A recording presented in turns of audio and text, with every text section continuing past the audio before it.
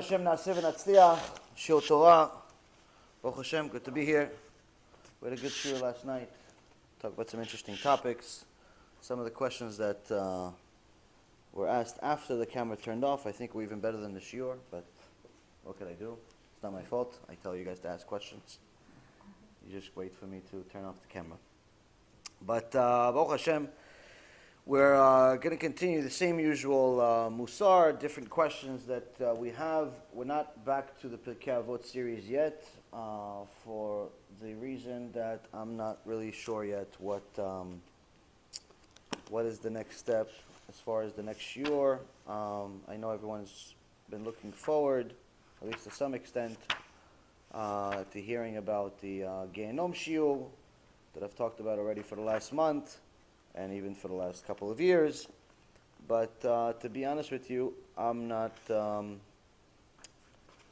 sure if we are going to give it or not.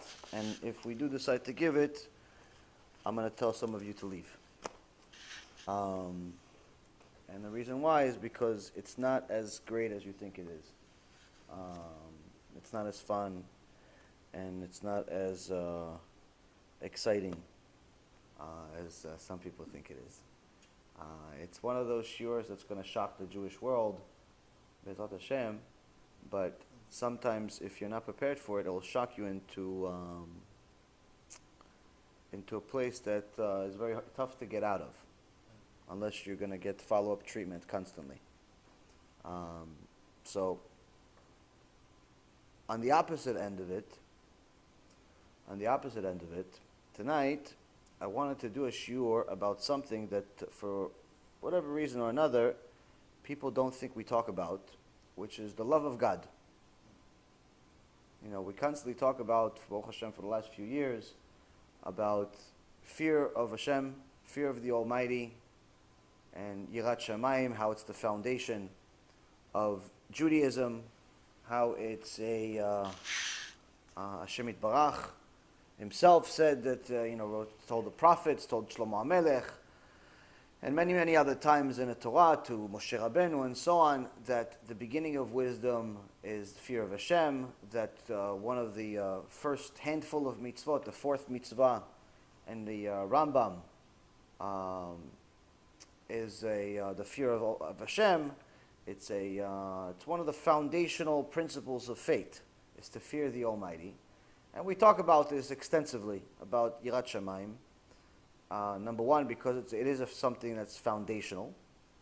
But number two, even more so, is because it's very rarely a topic that other speakers talk about. Most speakers love and enjoy talking about loving God. Loving God. Talk about love, how you love God, and how He loves you, and kuchi kuchi ku, and all that good stuff. All right. So, and I've always told you guys that, according to Chazal, we have no idea what we're talking about when we think that we love God. And the reason why is because according to the sages, if you look at a few different places in the Gemara, in the Zohar, and a few other places, they define love very differently than the way we do. The way most people define love is that, it's usually based on some type of benefit. If you do good for me, I love you. You don't do good for me, care less about you. But that's not love.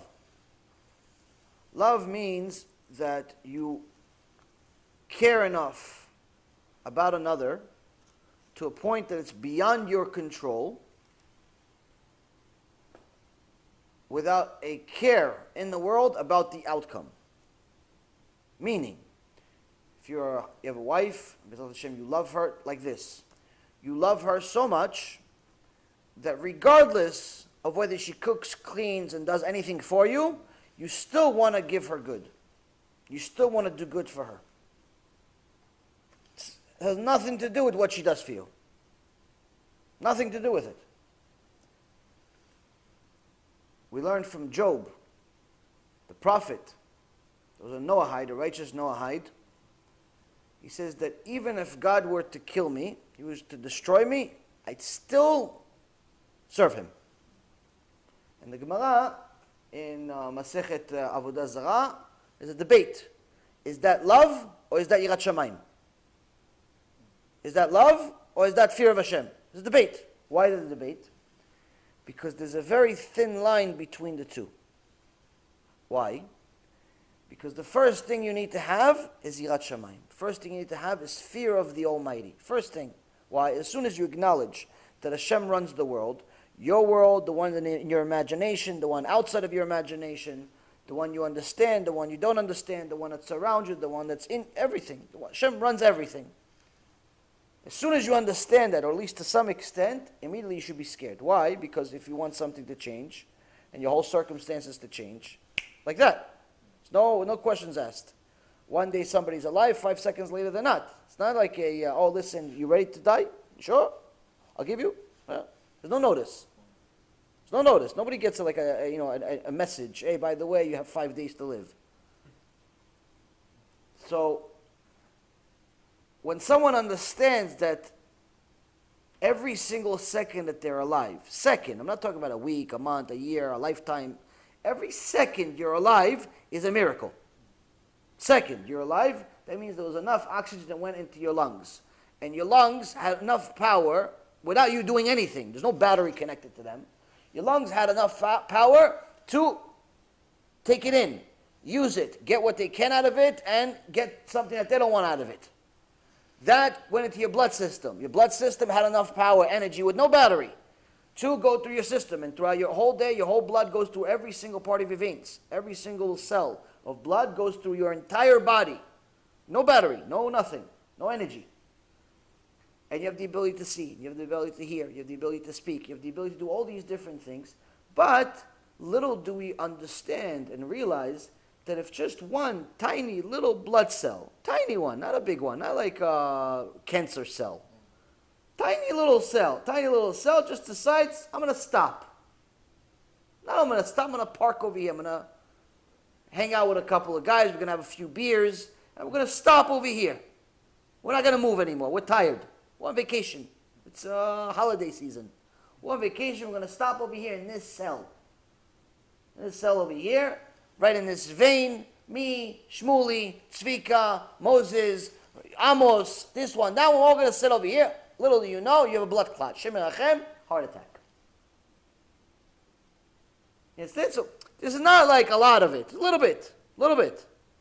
So when you understand that the very same Creator that gave you life is continuously and actively giving you life, immediately, if you still have sechel, you should be scared. Now, the natural inclination of fear, even though it should be an instinct, Hashem removed it. That's the genius of the creation.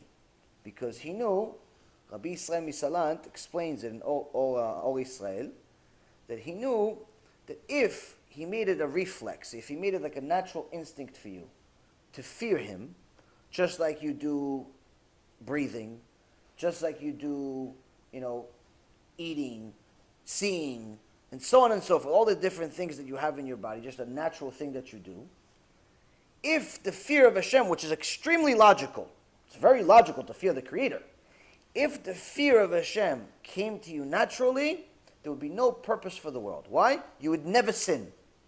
You'd never sin. You'd never sin. Why? As soon as you have Yirat Shamayim, immediately, am I out of my mind? Who has time to sin? Who has the audacity to sin? You have Yirat Shamayim. So Hashem removed it. He says you can get it intellectually. You can get it by actively pursuing Yirat Shamayim. Sedor. Good news. Now we've talked about this extensively, and Bezrat Hashem will continue. But now, the Chachamim say, our sages, Zichronam Livracha, say that there are levels of Yirat Shamayim. There are levels of fear of Hashem. First level, lowest level, is just logical, sensible fear of Hashem, which is, I don't want to be punished. Simple. I don't want to do something bad, because I don't want Hashem to send me to Genom. I don't want to do something bad, because I don't want to be burned forever, or even for a day, or even for an hour, or even for anything. I don't want to be punished. Not only that, Let's say Gehenom is far from your imagination, which for most of us it is. It's hard for us to imagine a place that's just a doom and gloom type of thing forever. It's hard to imagine. You read some Gemara, you get a little bit of an understanding of what it is, but nonetheless, if you don't, and it's still hard for you to imagine, it's easier. It's an easier Gehenom to imagine. What is it? This world. You wake up in the morning, all of a sudden your side hurts. Shem HaShem, you have no idea. Why does my side hurt? Yesterday it didn't hurt. Why does it hurt? Is something happened? Did I sleep wrong? How do you sleep wrong? What do you mean? You just go to sleep. I've been sleeping for 35 years. How do you just sleep wrong? I slept wrong? Why, I don't know how to sleep all of a sudden? 40 years I'm sleeping, 50 years I'm sleeping, now I slept wrong? Now I found the time to sleep wrong? How do you mean I sleep? Maybe it's something else. And you start, in your mind, little computer. Maybe it's something else. Maybe I didn't sleep wrong. Maybe there's something there. Maybe this, maybe that. All of a sudden, HaShem HaShem, maybe God's punishing me. If you're sensible, or you think, you know what? Now I know what happened. Now I know what happened. The rabbi said if you do, this is going to happen. It's happening. Maybe it's this. Maybe this is it. You start imagining, oh, I'm getting punished right now, and and I have a growth, and I have a this, and I have a that. And Baruch Hashem, at the end of the day, nothing happens. Everything goes back, and you really did sleep wrong. But Hashem wanted you to have that kaparat avonot. Why? To wake you up. To wake you up. Sometimes, unfortunately, there is something. So, the sensible fear, the sensible yirat shamayim, is one where you don't want to be punished in this world. If you tell somebody what's the worst thing that could happen to you, usually they don't think about health because people take it for granted to be healthy, especially if they've never been sick. Really sick, not cold and things like that. So they tell you, if I lose my job, if I lose my money, if I lose, usually it's something material. Something physical. People are so connected to their physical world that the Gemara calls money damim, meaning blood. Why? You spend your whole life, all of your blood, chasing money. This is why someone, before they become a spendaholic, before they start spending all their money on stupid things, and I don't just mean spending it on paintings for $46 million. I mean spending it on things that are just completely not necessary. Like some people spend an exorbitant amount of money on cars. Listen, I'm not saying you have to go on a bicycle everywhere, but when some people are spending $100,000, $150,000, $250,000 on cars, when in reality they can't afford it. Now, if you're a multimillionaire, you have tens of millions of dollars in the bank, to you, it's the same thing as any average Joe spending $30,000. Fine, enjoy. But the reality is that if you walk around in any neighborhood that's middle class, you'll see that in many cases, the cars in the lot are more valuable than the house. The cars in the lot, I'm telling you, walk around sometimes with my wife and kids, and you see, Baruch Hashem, listen, I want good for everyone, I don't have an ayin hara, I care less about it. But I see some people, you have a house, regular, normal house, whatever the house, I don't know, worth, 300,000, 400,000, whatever it is. But you see there's 2-3 cars in the lot, 2-3 cars sitting over there. And the cars, easily 300,000. Easily, each one is 100,000. Each one is 75,000. The cars, which are not going to survive more than just a few years, are more valuable, or at least close to being as valuable as the house. Best part is, most of the time the house is rented. That's the best part. The house is rented, the car is rented, everything is rented, and no one has any money. So, the thing is though, is that when you actually start learning MUSSAR, you start understanding, wait a minute, if money is viewed as blood in the Torah, that means that I've spent a X amount of blood, X amount of my life to get this money. So before I spend an extra 20,000, 30,000, 50,000, or better yet, 5,000. Before I spend an extra $5,000 getting a navigation system I'm never going to use, getting those extra cool looking rims that no one's ever going to care about because no one cares about your rims other than the guy that's selling it to you. The that I'm going to spend an extra $5,000 on this nonsense, let me think about how much of my life did I have to give for this? If you think about it logically, if you think about it that way, wait a minute, to make $5,000, that was a month worth of work. That was 2 weeks worth of work. Let's say an average person, maybe it's a month worth of work. So it's a month worth of work you're going to spend on rims. Like, think about it. You woke up in the morning, and after you finished doing everything you had to do, you went to work from 9 to whenever, and you worked, and you dealt with customers, and headaches, and bayot, and problems, and this, and that, and all these things, every single day, for a whole month. For what? For rims. For a radio. For a navigation system. That you actually worked a whole entire month for something you can't even keep. Why? Because you have to give it back after a couple of years. So, this is us when we don't think. When we don't think, we end up doing what we talked about in last night's shiur and get to such a point where HaShem gives us a gift that becomes a curse. What's a gift that's a curse? He gives us more money than we know what to do with, and we end up buying stupid things like this for $46 million. This is a painting that was sold recently for $46 million. Okay? This is the shiur last night, so I guess none of you guys watched the shiur yet. Now, I'm asking you, which one do you think is better looking? Okay, this is my daughter's painting. She's 2.5. I want only $30 million for this.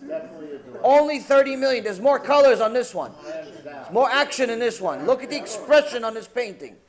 We're trying to raise $250,000. I'm going to raise it for $30 million. $30 million, guys. That's it. You have a discount. It's much deeper. Much deeper. Look at the expression over here. Here, she was very happy. Here, a little less happy. Here, she got the toy. Over here, she was watching one of our cartoons. I mean, come on.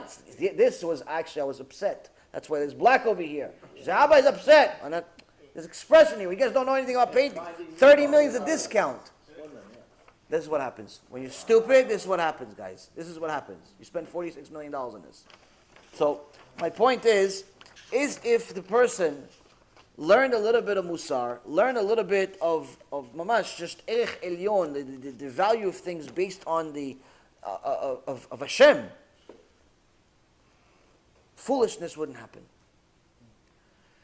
So the sages say that when you start understanding the concept of Yirat Shamayim, that someone is watching you, someone is listening to you, someone is writing down every single thing that you do, to such an extent that when you get up to Shamayim after 120, they're going to even judge you on the basic nonsense conversations between you and your wife. What's a basic nonsense conversation? What is it? Did you turn off the light? No. That they're going to judge you on that.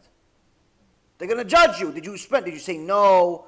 I didn't. Did you answer appropriately? Did you use too many words? Because it says don't spend too much time speaking to your wife about nothing. If you're going to speak about something, it has to be valuable. Don't just talk about nothing. Oh, what about the flowers? What about this? What about the weather? What do you think it's going to be tomorrow? What do you think about the president? You think it's good that he made Jerusalem the capital? What do you think of this? What do you think of that? All this stuff that people love to talk about, in Shamayim, they're going to, hey, look how much you spent. You lived 80 years, and you spent 15 of them talking about the president. And you weren't even a politician. So, these are things you have to take into consideration when you have Yirat Shamayim. Now, the sages explain in Job, in the Gemara, when they talk about it, there's a debate. Why is there a debate? They say Job, that got mamash tested, a test that we can't even imagine. In a matter of moments, he went from being a multi-billionaire, not millionaire, billionaire, to losing all of his money. Nothing, zero. It wasn't like it went down over months and little bit. No. One time. One day he has, hours later, nothing. That's just the beginning. 10 sons, Dead, same day. Not even enough time to mourn one and then get to the next one and get to all of them done. One day they all went to have a little lunch. A wind came, made the house collapse, collapsed on all of them. They all died. Same day, same time. Shem and Rachem. 10 children. Went from being perfectly healthy, prophet, kadosh, respected, to being so sick he couldn't move, he couldn't do anything, and there were so many infections all over his body that there were worms coming out of his body, not just coming in. Why? Why was he tested? It was tested, if you look at the beginning of the book of Job, the Satan came to Hashem after Hashem was proud, was showing pride in his son Job. He said, look at my son Job. Look how righteous he is. He gives tzedakah, he gives maaser, he's tzaddik, he's a prophet, everything is good. So Satan says to Hashem, he's only this way because you gave him everything. You gave him everything, but if you take away everything from him, he won't love you. He won't fear you. He won't nothing. Hashem says, you have the opportunity to test him. Now the question is, why is it that Hashem allowed the Satan to test him? What did Job do? The fact that he gave him everything, he decided to give him everything. Hashem decided to give him everything.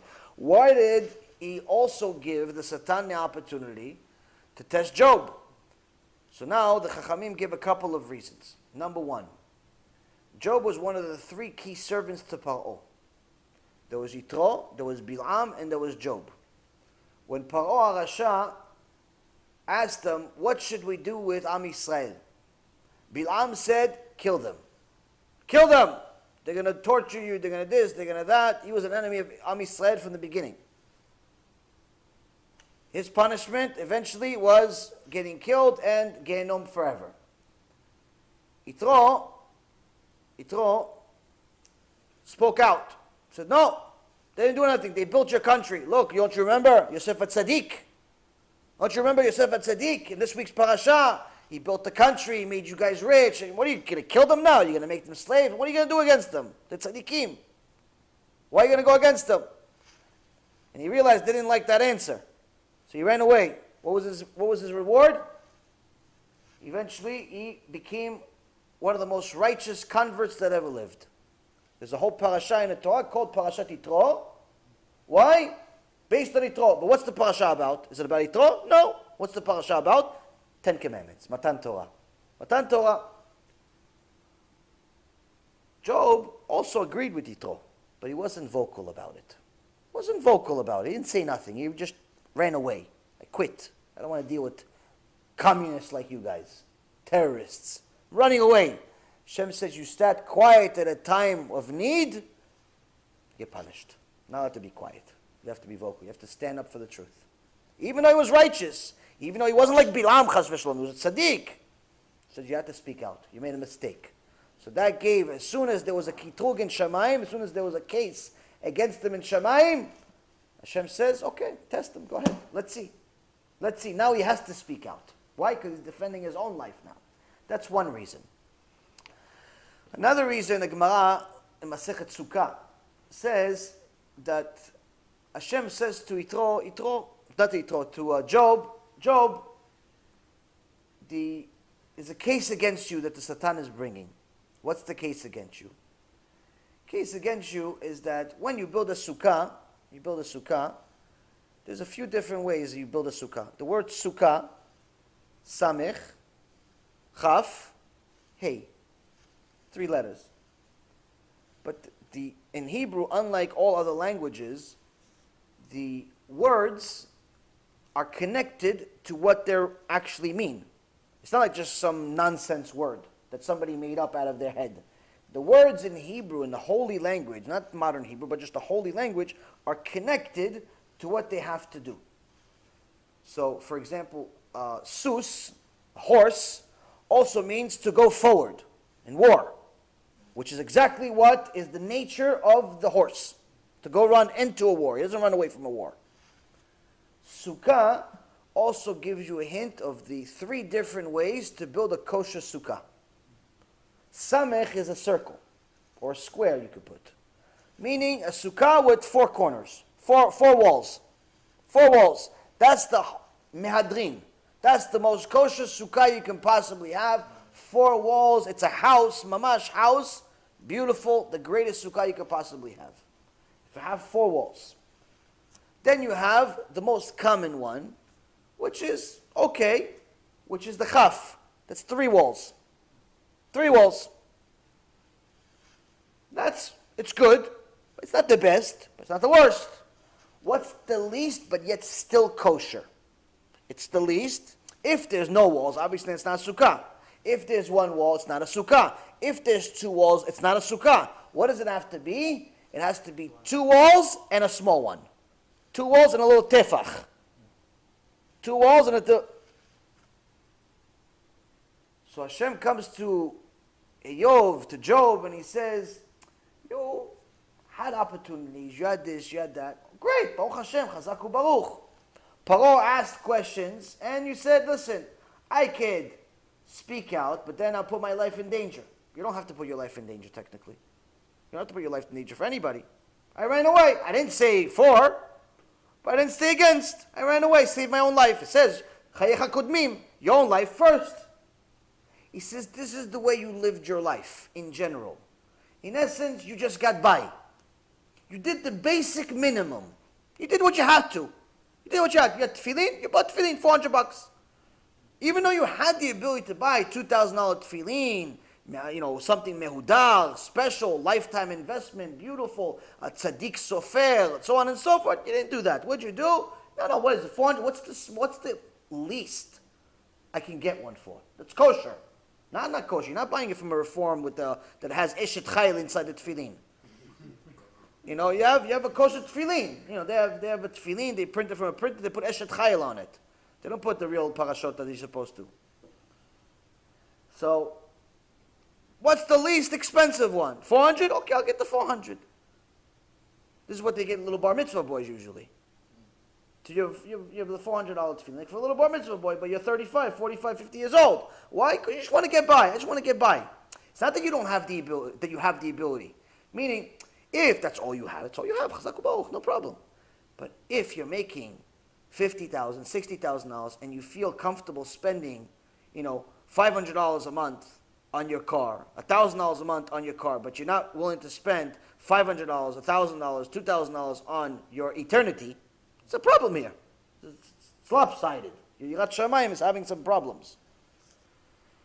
So Hashem says to Eov, this is how you lived your life. Your mitzvah, you just got by. You just got by. You did the basic minimum. Whatever you had to do, you did. But the basic minimum. So when there was a time of kitrug, it was a case against you, the basic minimum wasn't enough. It wasn't enough to protect you. What is this like? In the Gemara Masechet Menachot, page 43, it says that they came to the Chachamim, the angels came to the Chachamim, and they asked them, I know we have a mitzvah in the Torah of wearing tzitzit. Wearing tzitzit. So Rav Katina asks the angel, he says, do you punish a person who doesn't perform a mitzvah where technically he doesn't have to? Why? Why he doesn't have to? Because a tzitzit, you only have to wear it if you're wearing clothing with 4 corners. If you're not wearing 4 corners, you don't have to wear tzitzit. That's the mitzvah. If it's 4 corners, you must wear tzitzit. If it has 4 corners. But most clothes today doesn't have 4 corners. So if you're not wearing 4 corners, you're not obligated to perform this positive mitzvah. You're not obligated. You should, but you're not obligated. So Rav Katina, one of the Tanaim, asked an angel. Angel, how are you? Maslucha, how's everything? Baruch Hashem, how's it in Shamayim? Okay. I have a question for you, Mr. Angel. Mr. Angel, do you punish someone in Shamayim? When you see people, what happens to them? After they leave this world, they go over there. You see what happens. Yeah, I see what happens. Okay. Do they punish someone when they don't perform a mitzvah Because technically they don't have to. It's a positive mitzvah, but they don't have to perform it. They should wear a tzitzit, but they don't have to. He was specifically talking about tzitzit. And the angel says, yes, during the times of a negative decree, of a bad decree on Am Yisrael. When it's a time of wrath, when there's a decree, Bar Minan, Hashem Erachem, against the nation, Hashem is sending a punishment, Holocaust, all types of asonot that happen in the world, fires, pogroms, inquisitions, local, national, whatever it is, when there's some type of decree against the nation, he says that's when those cases get put up to Shamayim, and all of those people that didn't perform the mitzvah that they could have, they get punished. Why they get punished? Because had they done those mitzvot, it could have turned the tides around, and there wouldn't have been a decree. Until then, it wasn't a problem. Until then, there wasn't a problem. You didn't have to do mitzvah. But the fact that you didn't do it, eventually you led to the shortage. So you get punished for it. So when people tell me, I'm sorry, it's 41a, this menachot. When people tell me, tzitzit, you don't have to, you don't do it. So the Gemara in Menachot 43b, it actually says, Rabbi Meir Balanes says, the punishment for not wearing a white tzitzit, the white strings, is much worse than the blue. Even though in the Torah it says wear with the blue string on there, it says the punishment for not wearing the white is much greater. Why? Because the blue, you're anus. You don't have to. You can't. It's not like you don't want to. You can't. You can't do it because you don't know what's tchelet anymore. But the white, you can and you chose not to. The white you chose not to, you have a problem. So now this all has to do with Yirat Shamayim. When you have Yirat Shamayim, it's not just that you want to have a good report with Shamayim and not get punished in this world or the next, but Yirat Shamayim increases over time to a point where you're now worried about a relationship with the Creator, and you're saying this is like a husband-wife relationship. Husband-wife relationship, it's not that the wife or the husband doesn't do something to offend or hurt their spouse because they're scared there's going to be violence, if it's a healthy relationship. They don't do it because they're scared to hurt the relationship. So the highest level of Yirat Shamayim, the highest level of fear of the Almighty, is when you're scared, not of punishment, but you're scared of hurting the connection between you and God. You're scared of hurting the connection. So here, the Chachamim say, Job got there. Job got to a point where he was scared. He was doing all the mitzvot, but he was scared to hurt the relationship. But then Rabbi Eliezer says, no. He was at love. He was at love, not at fear. It was love. Why is there a machloket? Why is there a debate here in the Gemara? He says, because the highest level of fear, highest level, you have the bottom, you have the highest level of fear, is the beginning of love. The highest level of fear of Hashem is the lowest level of love of Hashem. Meaning that most of us in this world that live today, 8 billion people, have no concept of what it means to love Hashem. No concept. But we're going to talk about it once and for all for people to understand, what does it mean to love Hashem? What does it mean to love Hashem Be'emet? Now, the Rambam in Ilchot Shuvah, chapter 10, Halacha 6, says, it's well known and clear in a clear matter that the love of God will not become attached within a person's heart until he becomes obsessed with it at all times as is fitting, leaving all things of this world except for this. Meaning, this becomes number 1, 2, 3, 4, 5, 6. It's the whole list. All he cares about is finding a way to love God. He doesn't care about money. He doesn't care about girls. He doesn't care about guys. He doesn't care about nothing. All he cares about is God. To such an extent, like Job. What? If he would kill me, I'd still serve him. If he would kill me, why? I love him. I love him. He's the greatest, but he's killing you. I love him. But he's killing you. I love him. But he's killing you. I love him. He's the best. You're insane? Yes. About God. That's love. It's not something rational. This was implied, the Rambam continues, by the commandment in Sefer Dvarim, Deuteronomy 6:5, love God, your God, with all of your heart and all of your soul. This is in Shema Yisrael. It says, one can only love God as an outgrowth of the knowledge with which he knows him. The nature of one's love depends on the nature of one's knowledge. The nature of one's love of HaShem depends on the nature of one's knowledge. A small amount of knowledge arouses a small amount of love. A greater amount of knowledge arouses a greater amount of love. In so many words, the Rambam explains to you a yesod b'Torah, a foundation of Torah, a foundation of life, a foundation of everything. The more you know about God, the more you'll have the ability to love him. But if you're an ignorant fool, it's impossible for you to love God. Maybe you'll have fear, but you're definitely not going to love him. It's impossible.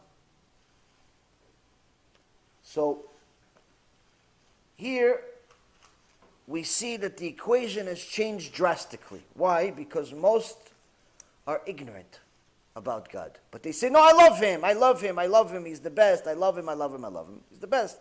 Said that. What does it mean to love God? Now, originally when Hashem created the world, the Zohar Kadosh says that he created it with midat adin, with the trait of rebuke, of punishment, of judgment. But then he saw that the world would not survive without having some type of mercy. We do sin, we get punished on the spot, we're not going to survive. So, he added mercy.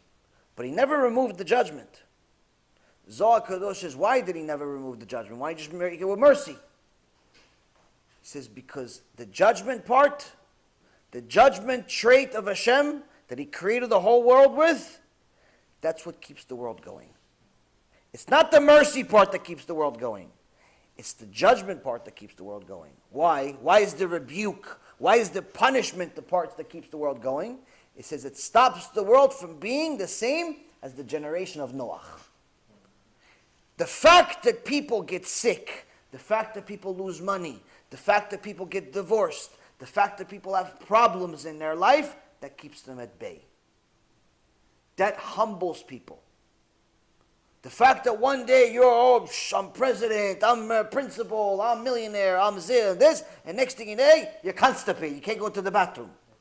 We're not talking about you had a depression, you bankrupt. No, simple, you can't go to the bathroom. That's it. Your whole day is shot, your whole life is shot, nothing matters. Your billions don't matter, your doctors don't matter, nothing matters, you can't go to the bathroom. Simple, you can't go to the bathroom, that's it. I'm not talking about you lost your money, I'm talking about your wife hates you, or your kids are on cocaine. Nothing. Nothing happened other than that you cannot go to the bathroom. Everything becomes meaningless. That problem takes out the air. Takes out the air from even Paro. So Hashem left it in the world because that's what keeps the world going.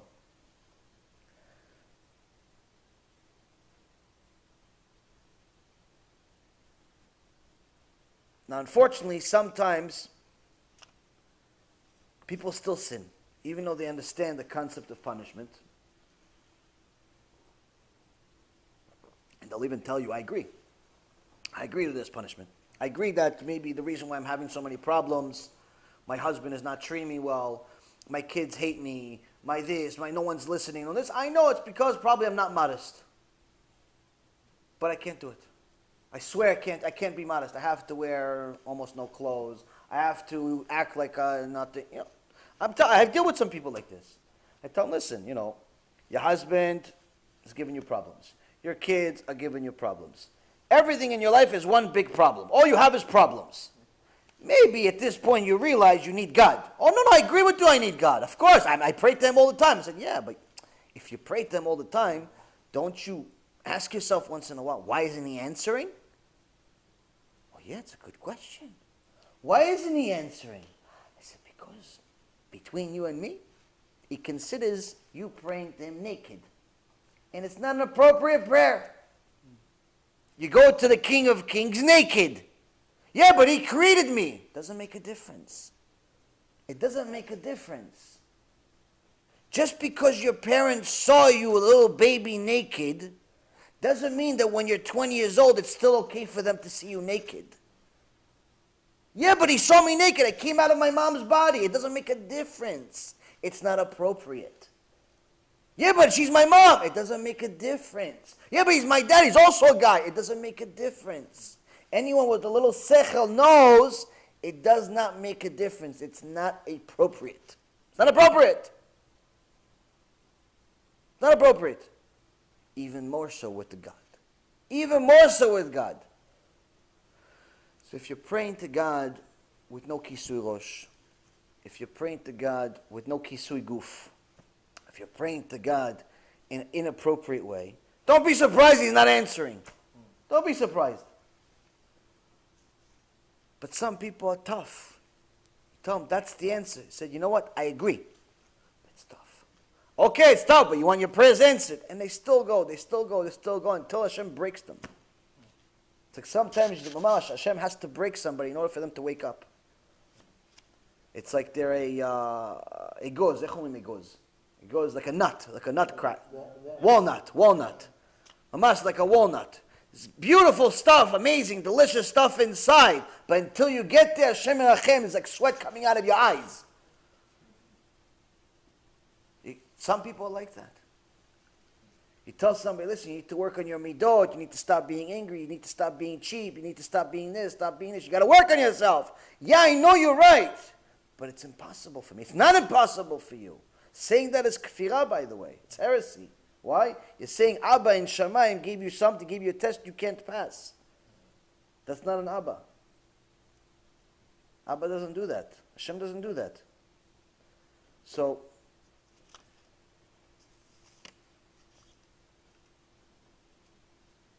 people need to understand that the mitzvah that you have as far as loving God is a commandment from the Torah.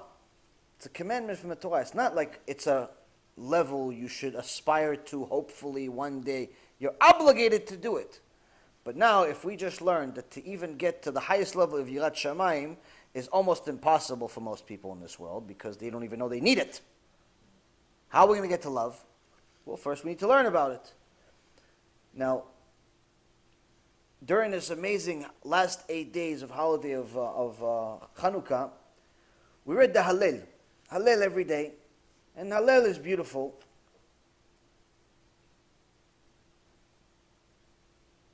And you read it on Chosh Chodesh, and you read it on holidays, and so on. And one of the parts in Hallel, it says,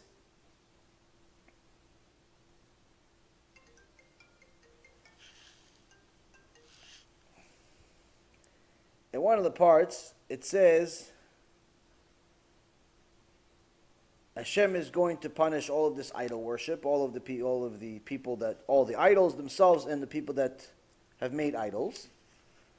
But then it says, Kemoim Yosem, so like them, like the idols, are going to be their makers.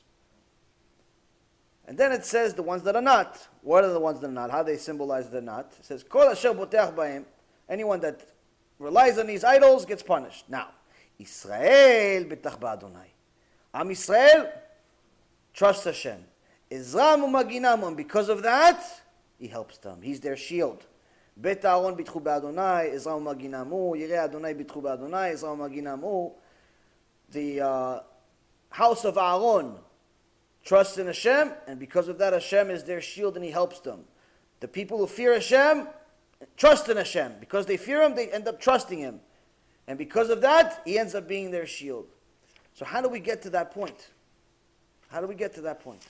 Now you read Shema Yisrael a couple of times a day, and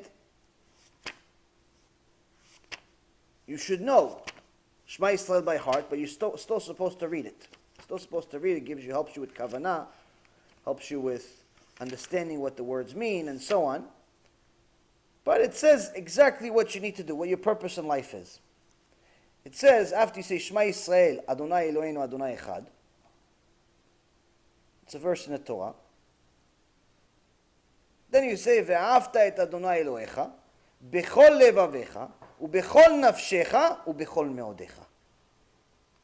And you shall love God, Hashem your God, with all of your heart, with all of your life, and with all of your money. All of what you have, all of your possessions. This is a commandment, this is 3 different commandments in the Torah, 3 different mitzvot in the Torah. This is your Shema Yisrael. Now, before I explain what this means, because Masechet Brachot explains exactly what all of this means, before we get into that, it says all the different things you need to do, and you should put tefillin on, kashatem leot al yadecha, you put the tefillin on the arm, on the head, and then you listen to what God said, and He gives you a reward for it. But if you don't, you have a problem. What's the problem? V'chara, af Adonai bachem v'atzar et hashamayim v'lo yeh matar v'lo adama lo tenet yevula. Says, and Hashem becomes upset. What upset? He gets angry. What's angry? V'atzar et hashamayim. He stops the sky. What stops the sky? No more rain. Can't eat anymore. No food. Famine. That's Gehinnom in this world. That's Gehinnom in this world. Anyone that doesn't, just try fasting for 2.5 days. Try fasting for 1 day. We almost feel like we're dying. 1 day, Yom Kippur, come on, you have to do the whole thing? No, can't do it half. There's no heter, there's no leniency for half Yom Kippur and Baal Tshuva. Half of Yom Kippur, come on. I'll pray for it, I'll pray. A little water, just a little water. What's a little? Hashem cares about the little water? Kenny cares about a little water. Try fasting a little bit more than the day. You feel already. Before the fast starts, what do they say? It's going to be a hot day. You still have to fast. It's hot. It's hot. I'm already hot now. I'm like, what? You're in the house. There's air conditioner. Yeah, but it's going to be hot tomorrow. I'm fasting tomorrow. But it's not hot now. They're already worried about the fast. So imagine it's not a fast. Imagine it's not a fast. Imagine you just can't eat. There's no food. There's no parnassah. There's no money. There's no nothing. Zero. Everything dies. Can you imagine that? In a nightmare, you can't imagine it. In a nightmare. So for not doing, and there's more details, we're not going to get into it. That's the Gehinnom shiur next week. But just so you know what this whole thing is relying on. If you fulfill these 3 things, you're good. You don't have to worry about famine. You don't have to worry about Gehinnom. You don't have to worry about nothing. If you don't, you have a serious, serious problem. And so it says, Ve'afta et Adonai Elohecha, love God. What does it mean, love God? How do I know I love God? How do I know? I love you. I send love letters. I write little things, Harmony cards. I send Hashem, hey, I love you. How do I know I love God? He says you have to love Him. Masechet Brachot explains. With all of your life. Meaning you're willing to give your life to Hashem. Someone says, go worship an idol. You're willing to die. Not worshiping an idol. Someone says, go have sex with a woman you're not allowed to have sex with. A non-Jew, your wife that's nida, whatever, something you're not allowed to. Die. 3 cardinal sins. Go worship an idol.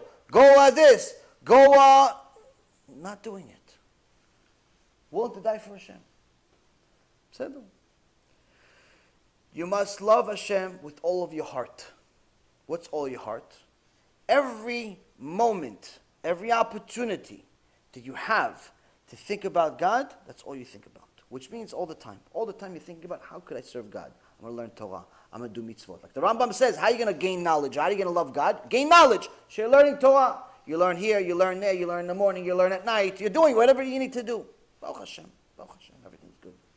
So let's assume we're good with the first two. Let's assume kaf zchut to everyone in the world. Well, fantastic. We're all willing to die for God, because anyone you can ask, are you willing to die for God?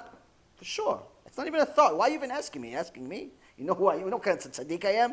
You know what kind of tzaddik I am? No, I can see what kind of tzaddik you are. I'm willing to die for, everyone's willing to die. Okay, said that. Everyone's willing to die for God, no problem. Now your heart is clean.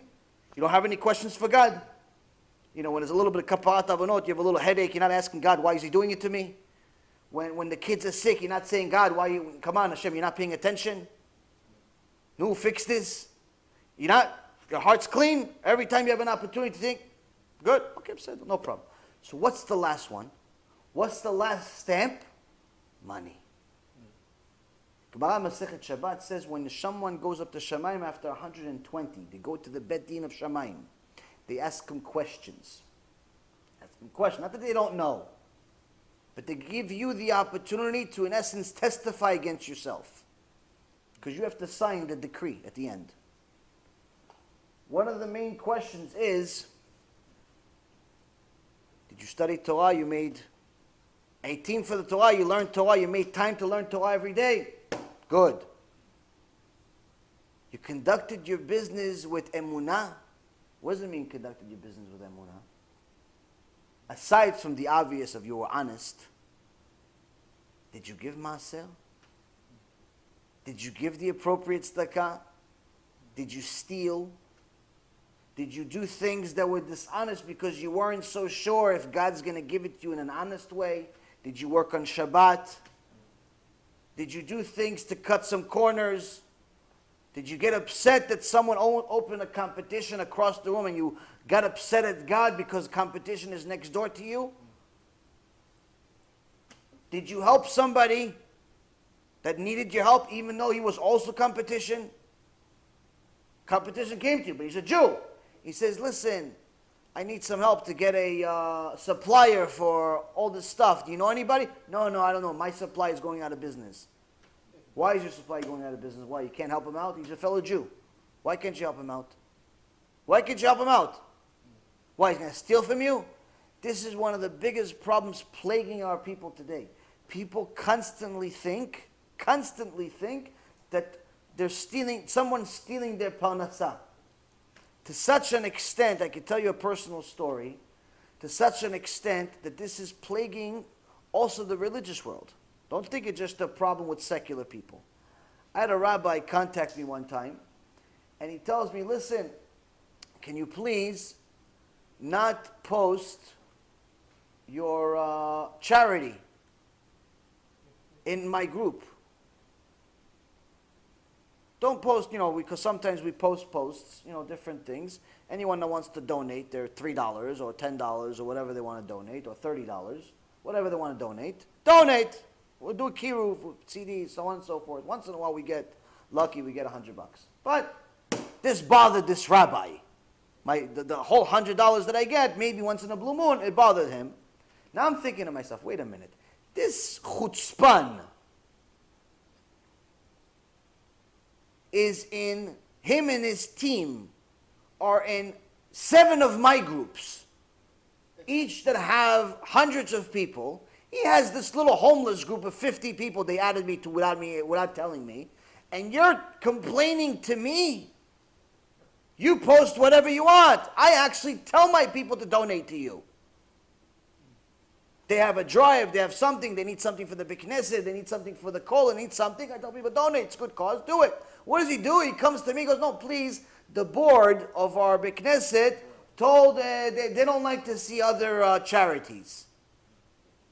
I'm thinking to myself, it's mamash, it's like seriously, it's like you feel like you're dealing with people that are blind, deaf, and stupid all at the same time. But that's the Yitzhak. It makes us stupid, it makes us blind, it makes us deaf, it makes us everything. Why? Because the mitzvah of Bekol Me'odecha, all your money, is a very difficult mitzvah. It's a very difficult mitzvah. To mamash give all of your possessions, that means you're willing to do everything else too. Everything else too. It's the most difficult of all three. So now,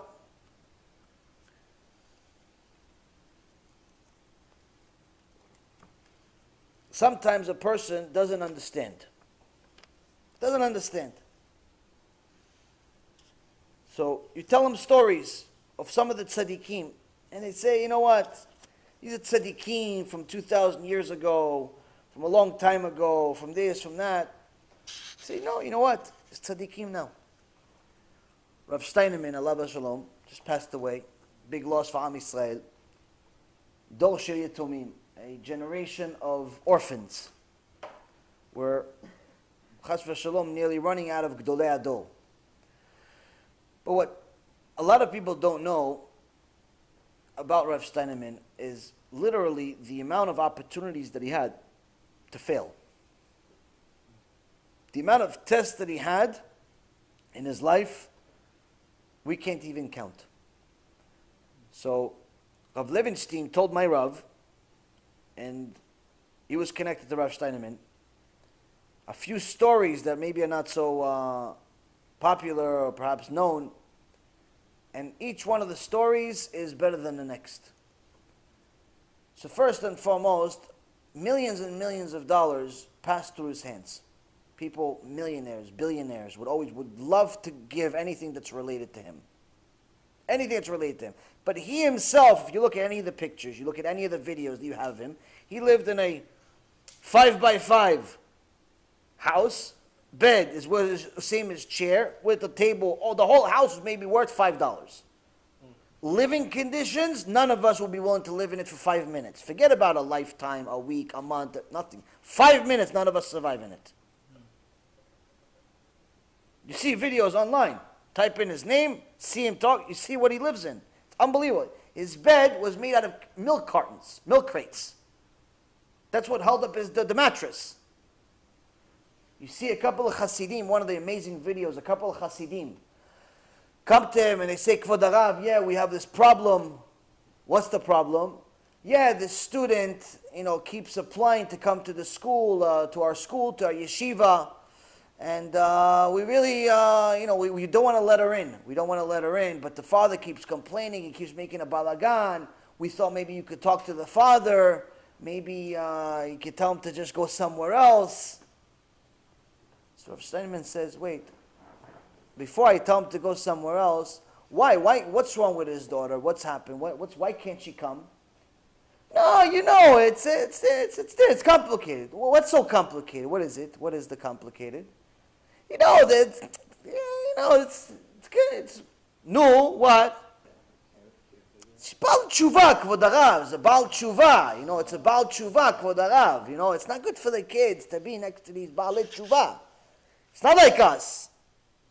So Rav Steinemann on the spot, he says, oh, it's Gava. It's pride. You have pride. That's your problem. He's not saying to the girl. He says, that's your problem. You have pride. You have Gava. No. Kvod Harav. No. It's not that. It's Gava. He keeps telling them, it's Gava, to the point they become uncomfortable. Mamash, on the spot, no questions asked. No questions asked. What do you think? He going to say okay?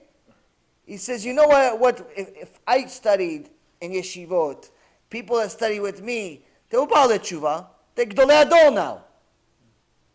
Why can't you go? Well, you better than them? You're better than me? I'm Baal Tshuva. You're better than me? Everybody's Baal Tshuva. What are you talking about? You have Gava. Tells them on the spot. One time, Erev Pesach, they come to Rav Steinemann, they said he has a kollel started 4,000 avrechim. 4,000 avrechim. Just imagine 4,000 avrechim, a couple of thousand shekels a month. $500 a month, it's not a lot of money, but 4,000 avrechim, it's a lot of money. Every month you got to pay them. It's not like once in a while. And he used to pay them more even. He himself lives on milk crates. Avrechim, everyone has houses, this, that, everything is good. One day they come to him, say, Kvod Harav, it's right before Pesach, a couple of days before Pesach, we have no money to pay the Avrechim. He goes, how much are we missing? He says, we need $1 million. You know what $1 million is in Israel? $1 million is like 100 million in America. We need $1 million before the Chag. We didn't come to you and we thought we're going to do this, we're going to do that, we're going to get the money, we're going to go. Nothing, Kvod Harav, nothing. Okay, I'm going to go get you $1 million. Okay, where can we go? Oh, there's only one Gvir, one Ashir, one guy that's really rich. Only him can do such a thing. Where is he? Let's go now. Stop the Limud Torah. Let's go right now. Where is he? They go at this point, he is over 90 years old. He's not a little 25-year-old, physically fit, muscles coming out of his ears. Scrawny, barely eats, nothing. Over 90 years old. Where is he? Now we go. Stop this whole life. Let's go. He knocks on the door. Hello? The guy, Kvod Harav, Gdol Ador just showed up to his house. Imagine. If somebody gave you a picture of Gdol Ador, you're already happy. Somebody gave you a picture of Steinemann, Rav Ovadia, Rav Eliashiv, Rav Kanievsky. Already your whole day is met. You know, everything is fantastic. Somebody gave you a picture. Somebody sends you a text, an email. Rav Kanievsky says to donate here. Already the picture puts you in a good mood. Already you see Rav Kanievsky, the Kedusha on his face, already you're in a good mood. So imagine, you have Gdol Ador showing up at your house. Hello? Kvod Harav. What I owe the honor to? Okay, we're not going to waste time. I need $1 million now. No small talk. Hey, how are you? How's everything? How's the kid? Nothing. I need $1 million for the yeshiva guys. 1 second, Kvod Harav. He goes into the room, she writes a check, he gives it to him on the spot. Thank you very much. He gives it to his people, goes, go cash it now. Give the Avrechim money today. Don't waste one moment. Give them money today. Today give them the money. So they all have money for the Chagim. So they don't waste for 1 second. Don't delay it. Today give them money. That's the story. Now why is this guy so excited to give Rav Steinman $1 million in Israel? Why were people begging him to take their money? Begging him to take their money. He wouldn't. He doesn't need it. If there was a need, he'd give it to yeshivot. Otherwise, for himself, not a penny. Now, it's very normal. Someone that collects tzedakah to get a piece. That's what people do for a living. If they're criminals, they take at least 50%. If they're righteous, they're tzaddikim, they still take 10%. Righteous people still take 10%. It's no problem. There's nothing wrong with it. Still, you can take a piece. But some thieves take 50, 60%. They're thieves. But if you take a piece, take commission, 5%, 10%, whatever it is, no problem. And they could have easily taken 100,000, no questions asked. And he's getting millions of dollars every month for all this kolim. He could have easily been in a mansion 50 stories high. Take a little piece, even if it's just 5%. We're not talking about take 50%, 5%. Never in his life did he take 1%. 1%, never. Why? That's a ish kadosh. That's a person that's kadosh, that's holy. Meaning, one of the people wanted to celebrate this big thing that happened. We just saved the Avrechim, all these things, Celebrate. You don't have a time to celebrate. Now we're going to celebrate another time. So, Purim came up. They invite Rav Steinemann, Kvod Harav, want to do a celebration, Siyum Masechet, and also for the good things that are happening. The Avrechim are going forward. Everyone is doing better. Kvod Harav, we want you to come, join us for the celebration. Sudat Odaya. So Rav Steinemann appreciated Torah, of course. He comes. And they give him a cookie, Oznei Aman. You know Oznei Aman, the little triangle cookies? They have a Hamantashen, they call it? Hamantashen. Okay, Hamantashen. I learn something every day. Hamantashen. So, they give him a Hamantashen. How do they get Hamantashen? It's Yiddish. Oh, okay. So they give him a Oznei Aman, and Rav Steinemann says, what's this? What is this? Rav, it's also Talmid Chacham, but It's embarrassed a little bit. What do you mean? Kvod Harav doesn't know what a Haman Tashin is? Oznei Haman? Because Kvod Harav, it's a Oznei Haman. It's a Haman Tashin. What bracha do you do on it? What do you do on it? What is it? He goes, Kvod Harav, it's mezonot. It's mezonot. That's what you do on it. It's a cookie. Oh. Since the day that I got da'at, since the day that I got my own opinion, my own da'at, I never did a mezonot prayer, a mezonot blessing on anything other than daisa. What's daisa? Daisa is it's like oatmeal. Oatmeal. It's like food. It's like grains. It's like nothing. It's like food for either if you don't have any money, and pretty much that's all you can afford, or you're a baby, or you're really old. But in essence, what is he telling them? His entire life he did not have a cookie. Rabotai, his entire life he did not have a cookie. A cookie. That's why people want to give him money. That's why Ish Kadosh. This is not about someone fasting for a day feeling strong. This is not someone taking on themselves to watch their eyes for a month. This is not someone that, okay, I'm becoming a little more modest. I'm going to put a suit on. I'll put a dress on. No! This is a lifetime commitment to nothing but Torah. Now, we're not Rav Steinerman. You can eat cookies, enjoy, shrechem, no problem. But this is a Ish Kadosh. This is someone that loved God. That's what it means to love God. You love Him so much, you have no time or interest in anything else. Not even a cookie. Why? Because maybe the cookie, you'll enjoy it too much. It's going to take away from your love of Hashem. The cookie. The cookie. Rabotai, the cookie. Do you understand? Rav Steinman once said, I wish, there's a lot of, he was in Bnei Brak. He goes, I wish all of these religious people, all of their mitzvot, everyone he was an Ish Emet, he'd say the truth, he was sharp. So everyone thinks that all of what they do is lishma, it's all for Hashem, it's all because they love Hashem, they love Hashem, they love Hashem. He says, I wish if 1% of all they did was for Hashem.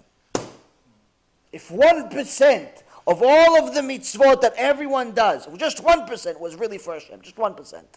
Alvai, it would just be 1% only.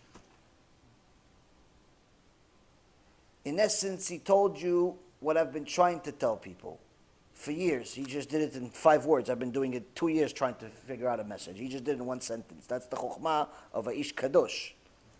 He says, loving Hashem is so far from us. It's so far from us, it might as well be a different world. Why? Because in reality, when most of us think that we love Hashem, it's only because we love ourselves. We're doing what we're doing not because we love Hashem. We're doing what we're doing because we love ourselves. You're doing the mitzvot because you want a reward for it.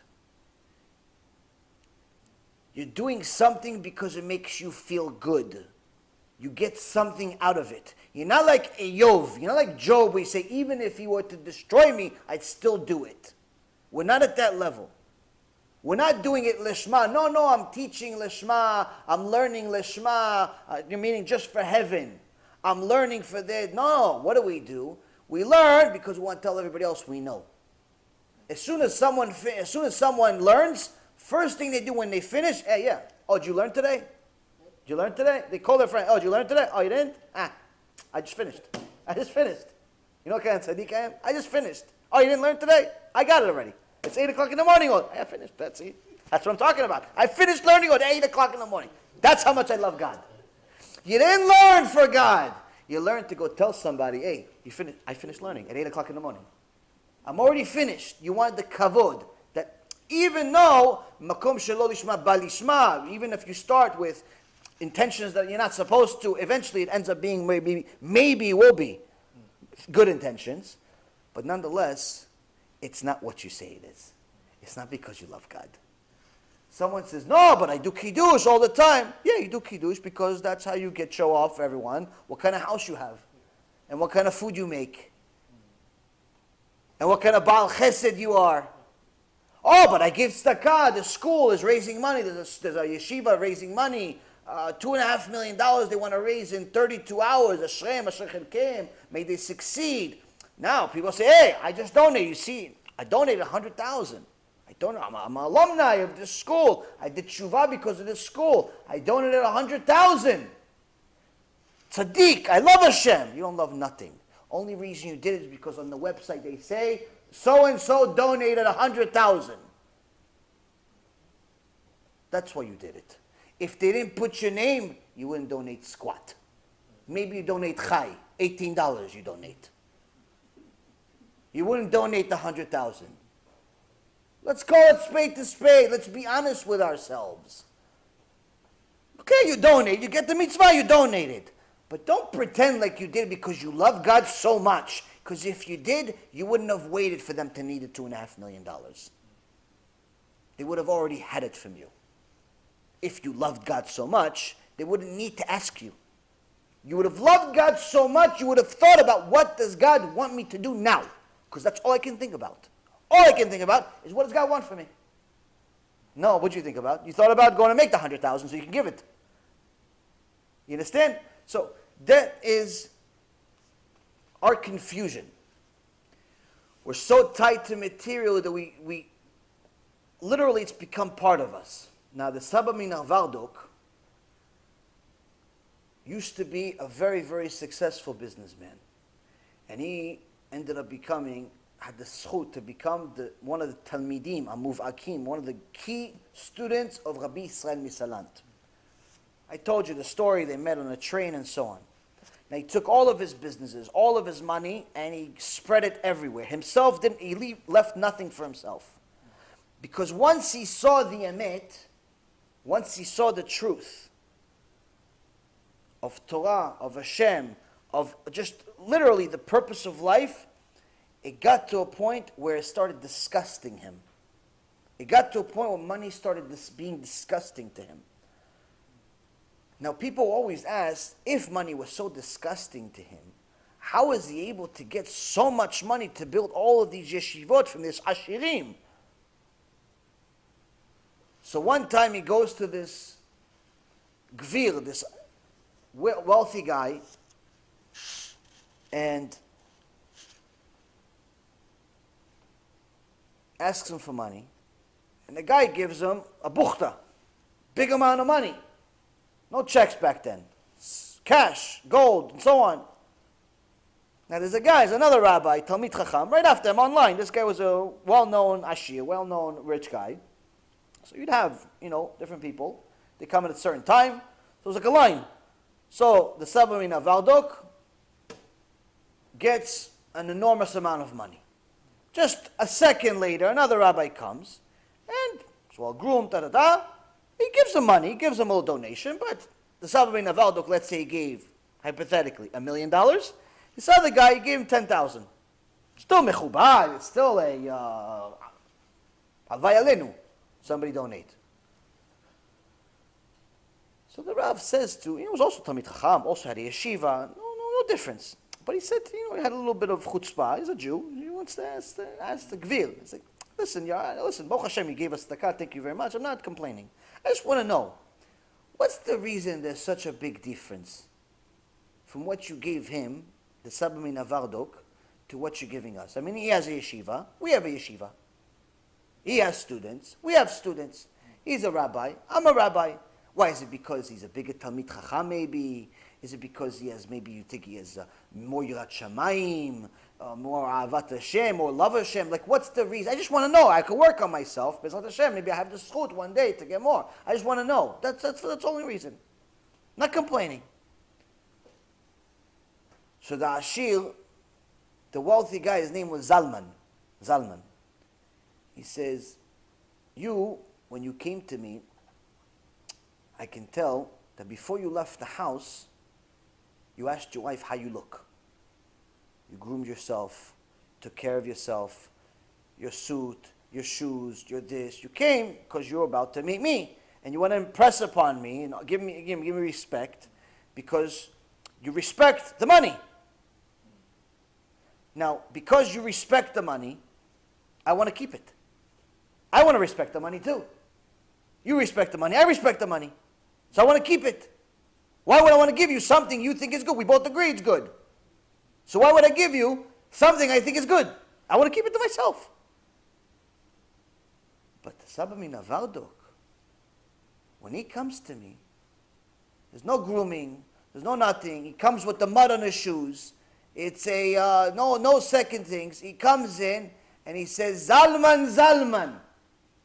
What is it going to be with you, Zalman? Look at all you have here and you have nothing in Shemayim. None of what you have, the villa, the house, the castle, the this, the that, you can't do anything with it. Nothing you can do with it. Eventually the worms are going to eat that too. They're going to eat you. They're going to eat the house. They're going to eat everything. The maggots, the worms. Nothing is going to be left. The only thing that's going to be left is mitzvot. And maybe your bones are going to be left if you're not jealous of people. Because if you're jealous, the bones will be gone too. What's going to be with you, Zalman? And I say to him, the only opportunity I have to actually have something is if I use what I have here to get something over there. So I give him as much as I can. I give him a bunch. Because he's not coming for the money. He's coming to save me. He's not respecting the money. He's giving me an opportunity to get Olam Haba. That's the difference. That's the difference, Rabotai. When you respect money to that extent, you're not going to want to give it. When you like money, you're never going to have enough. Doesn't matter how much you make. If you like money, you're never going to be generous. Baruch Hashem, I have a kaparat avonot with money. All of the people that like money, somehow they connect to me. So they always tell me about their investments, and their houses, and their cars, and the vacation, and the deals, and the this, everything but donations. The Bitcoin. And they tell me, listen, you give me some investment advice because I got to do this. I don't want to do investment advice. I'm not doing it for money. You want me to do it for free now? No, but listen, for the Rav, if I make more money, I'm going to give Maaser. I'm going to invest 100,000, or 200,000, or 300,000 in this, and this. If I make money, I'm going to give 10% to Bezat Hashem, no problem. I said, don't give 10% to Bezat Hashem over there, just give it today. You have 3,000 now, you have 1,000, whatever you have, to give 10%, give 1% today. Nothing. It's all a lie. It's all an illusion. Why? They like money so much, it's impossible for them to part with it.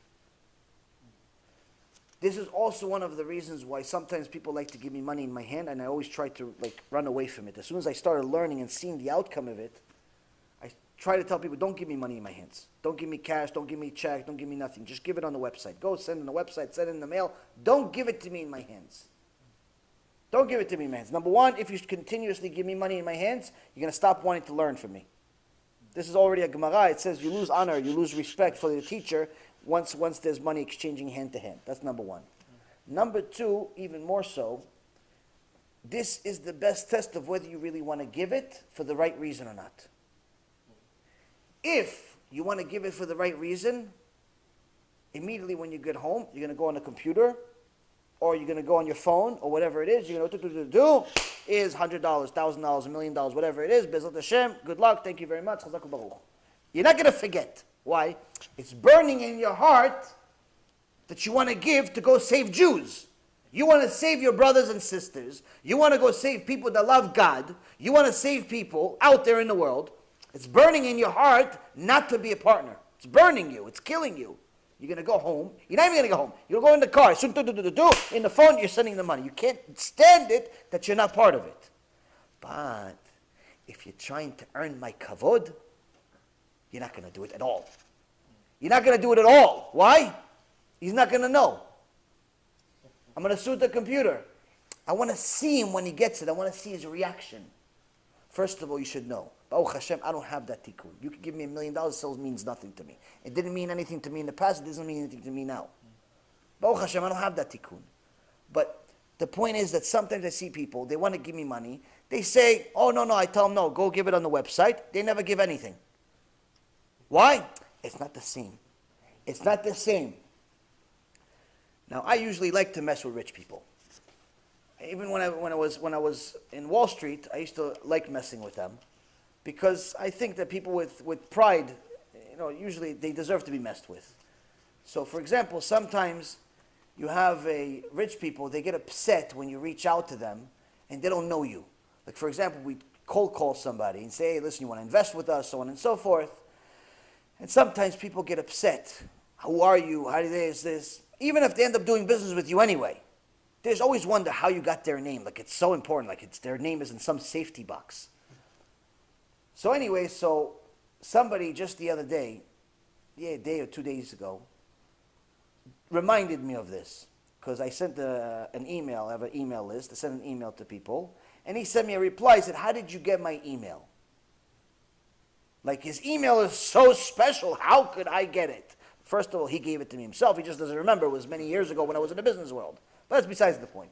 But people used to always ask me, how did you get my phone number? How did you get my phone number? How did you get my name? How do you know me? Like, how did you reach me? And what I tell them, the truth. What's the truth? I bought your name for 5 cents. That's the truth. I bought your name for 5 cents. Your name is worth 5 cents, sometimes 1 cent. Now that helped me in the business world. Why did it help me in the business world? Because the guy, whether he had 5 million or 10 million or 100 million or 30 million, it just deflated all of his pride. Why? He became human again. He realized that his name is worth 5 cents. All of us need to realize our name is worth 5 cents. Regardless of how much money you have, regardless of how smart you are, regardless of all the good deeds you did, all the good deeds you want to do, enough. Enough. You want to get to a point of loving God, you have to distance yourself away from these types of mindsets that makes you think you are who you are. Now, the Saba Minavardok, one time they tell you a story that he went to this ashir, this gvir, this rich guy, and he started telling him, same thing, money, money, money, this money is garbage, it's killing you, your whole world is money, your whole world, but he got so into it himself, the whole lecture he's giving a chizuk to the guy, he started getting chizuk himself. Now the Talmid that was with him is watching this whole thing. The Ashir, the rich guy, he gets so enthused, he gets so like mamash lit up by this MUSSAR. He opens the safe, ton of cash in there. He says, take everything, take whatever you want. Take! And the Saba Minavardok says, why are you giving me your garbage? You take it. You keep your garbage. Don't give me your garbage. I don't want your garbage. And then they start arguing, goes, no, take, no, you take, no, you take, no, you take, no, you take. I don't want your garbage. No, take my, please. Vodagav, I don't want anything. It's garbage. Why do I want it? Take it, please. Maybe you could do Torah. No, you take it. I hate it. Disgusting. Go on nefesh. Why you give me your garbage? You take it. You throw it in. They both got into it so much. The little avrech that's there to help the Saba Minavardok has no idea what's going on. He's like, Vodagav, we came here to raise the money. So he was smart. He took whatever he could take, and Baruch Hashem, the yeshiva used it for years. Years. They mamash lived off of this money. But that's MUSSAR. That's MUSSAR, Rabotai. When someone is able to distance themselves away from material to such an extent where they realize it's mamash, it's nothing. It's meaningless. Doesn't mean you have to go be homeless. Doesn't mean you have to go quit your $200,000 a year job and and that's it, finish. No. Understand what you're dealing with. Understand that if your material is becoming a tool that's of the Satan, that's distancing you away from Hashem, you have to work on it. You have to start fixing it. Now, without love of Hashem, we have nothing.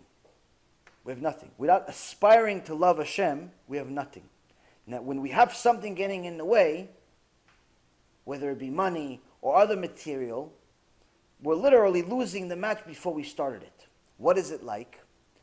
The Midrash on Song of Songs Midrash in Song of Songs tells of a maaseh that happened with Rabbi Shimon Bar Yochai. This couple that was married for 10 years, nice couple, religious, go to Gdol Ador, Rabbi Shimon Bar Yochai, wrote the Zohar, Kodesh Kodashim, in the Mishnah, was able to revive the dead. Holy of holies. They go to Gdol Ador, say Kvod Harav, 10 years, we're together, no kids. No kids, so we need the Rav to authorize for us to get divorced. What can I do? Rabbi Shimon says, okay, there's one condition. It's one condition. I need you to have, just like you had a wedding party, when you got married 10 years ago, you had to marry, you had a whole, this, that, the other thing. I want you to have a divorce party. No less than the marriage party you had, than the wedding. Kvod Harav says, we do, no problem.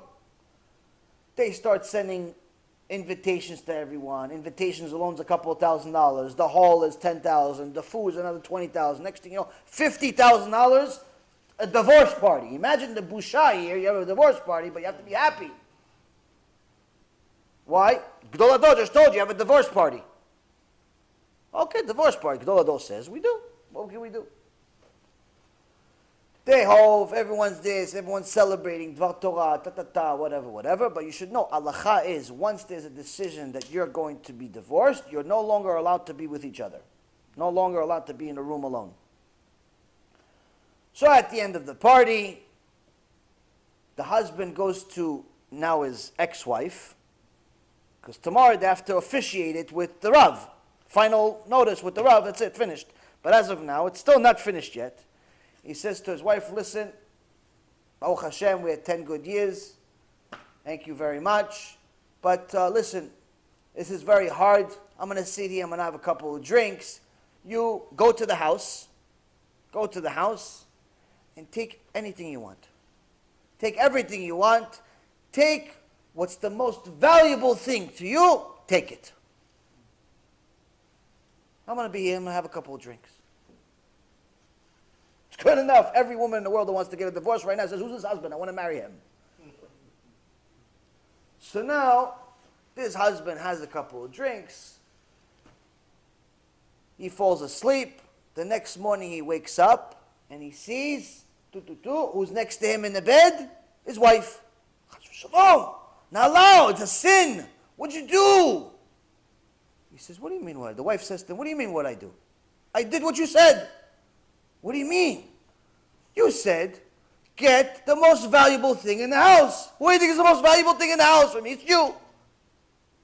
You're the most valuable thing in the house. What do you think? It's the house, the chandeliers, the money, the cars, the house. You think that's valuable? You're the most valuable. Yeah, but it's asur. It's not allowed to do it when we're divorced. That's your problem. You said take the most valuable. I took the most valuable.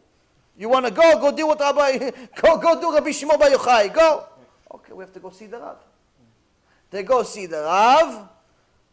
For the Rav, I'm sorry, it's really big busha. We spent $50,000 on divorce party, like you said. Everything was good, everything was great, but we're here now. He says, Baruch Hashem, you don't have to get divorced. This year you're going to have a son. Now, the question is, Rabbi Shimon Bar Yochai, it's Kodesh Kodashim. Angels came down and spoke to him. It's not an imagination. Angels came down, taught him Torah. Taught him Torah. When they said someone needs to go speak to the evil Romans to get them to stop the bad decrees on Am Yisrael, we need someone that's a Baal Nis, someone that's responsible for miracles. Who do we send? Rabbi Shimon Bar Yochai. Why? He's used to miracles. He goes on the way to Rome, and the head of all the shedim, of all the demons, comes over there, goes, I'm here to help you. He cries. Why does he cry? He goes, oh, look, even the shifcha, the maidservant of Avraham Avinu, had angels, we have only shedim. He was upset, it's only a shed. He was upset. So just imagine, this is the level that he's at. And he tells them, okay, now you don't have to get married. Now you don't have to get divorced. You can have a son this year. The question is, If you're able to revive the dead, if you see miracles, if you're doing all these things, why just tell them that yesterday before they spend the 50,000? Why just tell them, listen, Rabotai, I'll pray for you. This year you're going to have a son. It's still done to this day. People do it. Tzaddikim, pray for people that have children. Baruch Hashem, it happens. I've seen it with my own eyes. Someone listened to some advice. We told them what to do. Baruch Hashem, 9 months later. 5 years they were waiting, nothing. 9 months later, Baruch Hashem, they had a son. A daughter. It happens. So Rabbi Shimon, it's easy business. Why? Rabbi Shimon knew something that we're not realizing. Rabbi Shimon knew the reason why there's no son, the reason why there's no daughter, the reason why there's no children, it's not because of the righteousness of the people. It's not because of the Yirat Shamayim of the people. That's not lacking. He told them to go have $50,000 divorce party, they did it. For what? To fulfill a mitzvah. They could have easily gone to a different rabbi, get a get, finished. The rabbi said this, we do it. They're now dealing with the busha, with the embarrassment of telling everybody, by the way, we're not getting divorced. Now embarrassing that is, everyone came to the party, now it's embarrassing. They have no problem. He says, that's not the problem. What's the problem? After 10 years, they got so used to each other, they forgot to love each other. And without love, there's nothing. Without love, there's nothing. Nothing is going to hold you together. Nothing is going to hold you together. You could respect each other. Okay, so you'll be roommates. You could like each other, so you'll be friends. You could use each other as husband and wife, mother and father. Okay, so she'll be a baby factory and you'll be a money factory. It's not that different from prostitute and the person that buys it. No different. Nothing different. Without love, there's nothing. Even more so with the relationship with Hashem Yitbarach. Even more so with the relationship with Hashem Yitbarach, because if you are so busy chasing everything in the world that He gives you, and you forget to love Him, you have nothing. You have absolutely nothing. But the only way you can get to loving Him is first learn to fear Him. Get to the highest level of fearing Him where you actually care about the relationship. Care about the connection. Then we can start talking about how do I express my love to Hashem. Now the Torah gave you shortcuts. They're long cuts. They're not easy, but they're shortcuts at the same time. They gave you Shema Yisrael. They said, Shema Yisrael, Hashem Elokeinu, Hashem Echad. Hear Hashem, hear us. We're here to tell you, I love you. Hashem, hear us. We're Am Yisrael. The Am Yisrael you said is special. The Am Yisrael, yeah, we're here. We're here. Tell you, I love you. How are you going to tell me I love you? You said, tell you I love you. How? With all my life. Okay, learn Torah. I'm putting my life on the line. No problem. If someone comes, tells me, go worship Yoshke, I'm dying on the spot. No problem, Hashem. But last but not least, when it comes to money, it means nothing to me if it comes between me and you. It means nothing to me. That's love. That's love of Hashem. If you're still second guessing what to do, what not to do, whether to buy a new couch or to save another Jew, whether to have an extension on the house or new furniture or a new car or a new lease or new this or new that or new phone or new this or pay for the kids to go to yeshiva. If your contemplation is, do I get better tefillin or better, more modest clothes or more holiness in my life or some toy that's going to go bad in a few months anyway, if that's still a question, we're far. We have a lot of work to do. We have a lot of work to do. Unfortunately, a lot of people know how to give money. A lot of people know how to give money and they think that's the shortcut. But when Hashem Yitbarach says, B'chol levavecha v'chol me'odecha, says with all of your money, it means that the money that you give has to hurt a little bit. It has to hurt a little bit. If it's easy for you to give, doesn't matter how much it is. If it's easy for you to give $10 or $20 or $30, it's not enough. If it's easy for you to give $100 or $200 or $300, it's not enough. If it's easy for you to give $1 million, check, no problem, cash on the spot, It's not enough. It's not enough. Why? It's supposed to be kol meodecha, everything. It's supposed to be not to the point where you become poor, meaning it has to be as if you've given a part of your life. As if you just put, here, HaShem, here's a part of my life. On the spot, here. You. Thank you, HaShem. Thank you for giving me the opportunity to use a part of my life to serve you. That's why Hashem says give maaseh or give 20 or whatever it is. It's at least 10% because that puts everything in perspective. Where in reality you're admitting to Hashem Yitbarach, in reality I should be 90 to you, 10 to me. But you're doing me a favor where it's only 10 to you, 90 to me. Today people give tzedakah, but they don't do everything else we talked about. Just giving money by itself is meaningless. Number one, it's never going to be enough. Number two, it's never going to replace the mitzvot. It's never going to replace the mitzvot. And that's some of the things that people need to understand, is that when it comes to tzedakah, when it comes to loving Hashem, when it comes to yirat shamayim, when it comes to serving Hashem, there are no limits. Now we can't be one of these fools that waits too long. You know, sometimes they tell you these stories and they really put things in perspective. The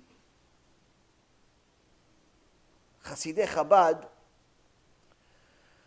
were very furious with Rav Shach, alav shalom, because Rav Shach went to war with Chabad in general, especially with the Lubavitcher Rebbe. It was a very famous war.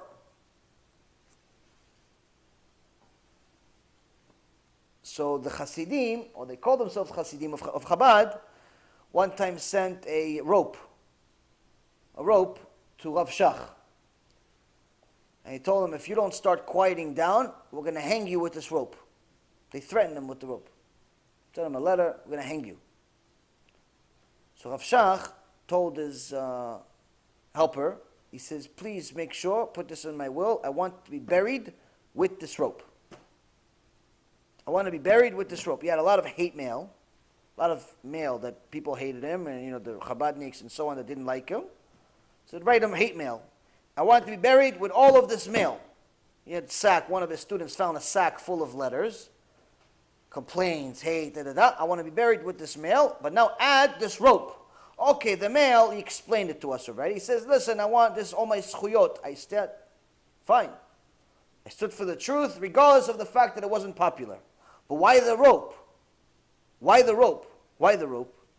He says, this is going to be my witness in Shamayim.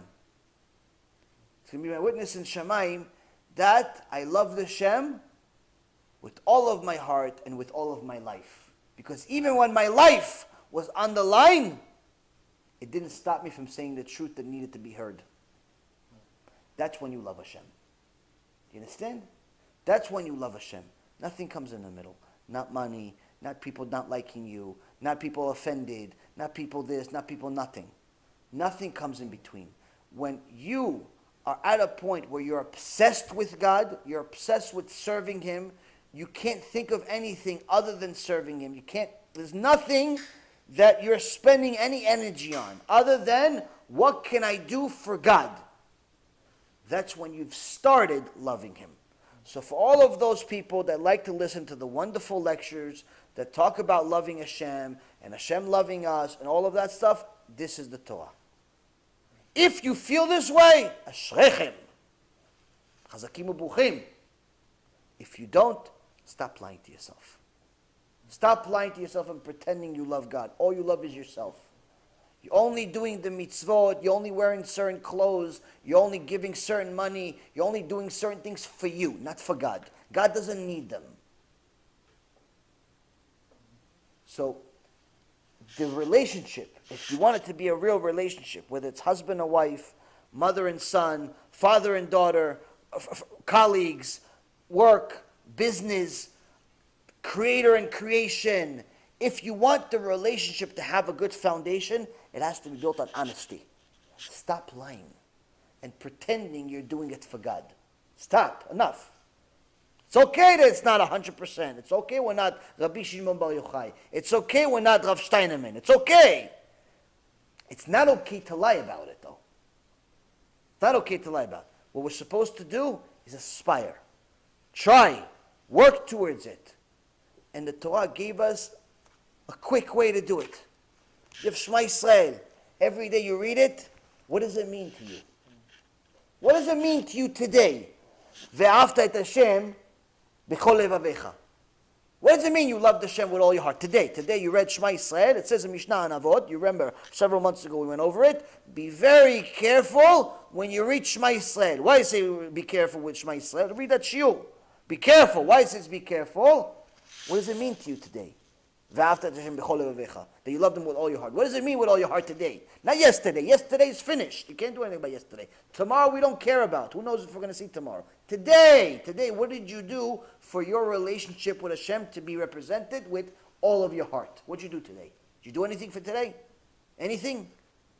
Or is this the first time you decided to even think about God at 10 o'clock at night?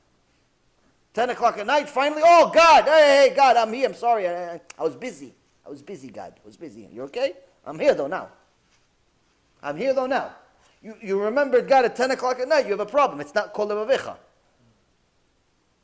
What does it mean, kol nafshecha? What does it mean your whole life? Did you think about God to such an extent that you were much willing to give your life up today? Not yesterday. Yesterday you were tzaddik. Today I'm talking about. Today. Yesterday you were tzaddik. Today. I'm giving everyone kaf zchut. Yesterday they were tzaddikim, the day before tzaddikim. Your whole life tzaddikim. What about today? Everyone loves to talk about yesterday. All the mitzvot they used to do. All the tzedakah they used to give. All the rabbis they know. All the books they read. My father's a rabbi. My grandfather wrote a book. And my grandfather also wrote a book. My grandfather also is a rabbi. His name is Avraham Avinu, Yitzchak Avinu, Moshe Rabbeinu, Yaakov Avinu. My grandfather also. It doesn't help me today. Today what'd you do? Today was kol nafshecha. Today was all your life. Did you do all your life today? What about b'chol me'odecha? What about all your money? Somebody had. There's somebody in the world that needs money. You have it. Or you're still collecting it like it's a stamp collection. Somebody came, told my wife a story. Says, someone needed a few $1,000s, and I had $3,000. And he needed $2,000. I didn't think twice about it, I gave. Why did you give? Why did you get? It's a lot of money. You give 66% of what you have. He goes, what am I doing? Collecting money?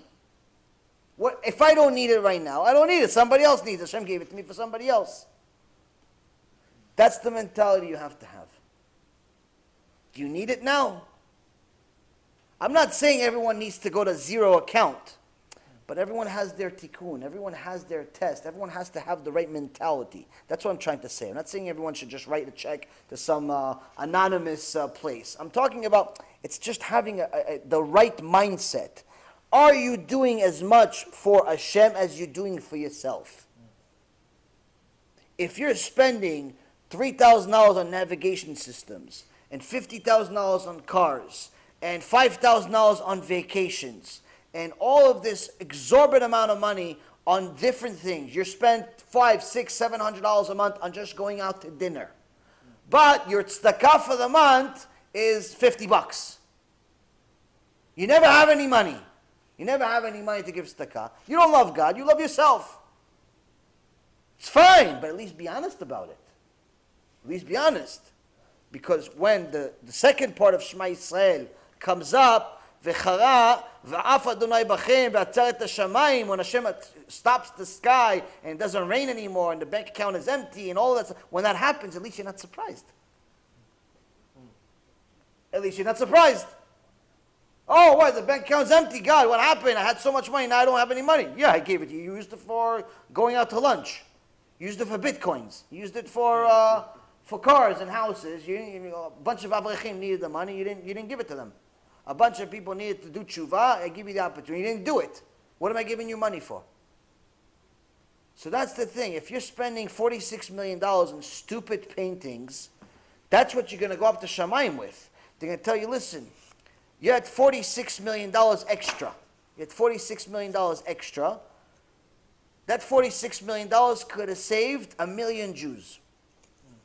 1,000,000 Jews would have been able to do tshuva with $46 million. 1,000,000 Jews would have been able to do tshuva with $46 million. You know what? Let's cut it down. 100,000 Jews, 100,000, not 10%, not 1,000,000. 100,000 Jews were able to do tshuva with your $46 million. 100,000 people would have had eternity and would have given you eternity with your $46 million. Each one of them. Forget 100,000. One guy would have been able to do tshuva with your $46 million. One guy. One. You would have given $46 million. The whole $46 million. One guy only would have done tshuva. Hashem says, I would have paid you 310 different worlds for the one guy to do tshuva. What'd you do? You replaced 310 worlds with a retarded painting that is not even good enough for a 2-year-old to review. This is what you have. You have this. This is what you have. Instead of having 310 worlds for just one guy doing tshuva, for just one guy reading Parashat Shavua, for just one guy putting tefillin on every day, for just one woman to put a scarf on her head, to be a kosher wife, to be modest. One! You have this. You go up to Shammai and say, I have this. Look, I have a Cy Wombly painting. Oh, good. We're going to put that in Gehenom with you. Do you understand, Rabotai? Do you understand? It's funny, but it's not funny. Because we do it every day. We don't have $46 million for stupid paintings. We were printed like a printed. Oh. What do we have? We have phones. We have computers. We have a bunch of stuff we don't need. We always have the stuff we don't need, but the stuff we need, we always don't have money for. You tell people, listen, why don't you come here, donate $150 a month, $250 a month. You make it's $300 a month, whatever it is. Commit to something. No, I'll get to it. I can't commit to something now, but every month I'll think about it. What do I think about it? No, it's 1, 2, 3, 4 times they give and then they finish. Why? Because they still have to pay for the more expensive car and the more expensive belt and the more expensive lunch and the more expensive dinner and the more expensive house and the more expensive neighbor and the more expensive date and the more expensive this and more everything else they have money for except for Hashem. Do you understand? So, loving Hashem, Hashem gave you a few tools that are going to be your measuring tape of where you're at. If you connect it to material to such an extent, it's better to just focus on Yirat Shamayim. B'ezrat Hashem, we'll get to Avat Hashem. We'll get there. But these shiurim like this give us at least an idea of where we stand with certain things before it's too late. We'll finish it off with a funny story so you guys get a little bit of a laugh. It was one time guys weren't exactly Shomrei Mitzvot, but they said, listen, we play soccer every weekend, and B'ezrat Hashem, one of us is going to die one day.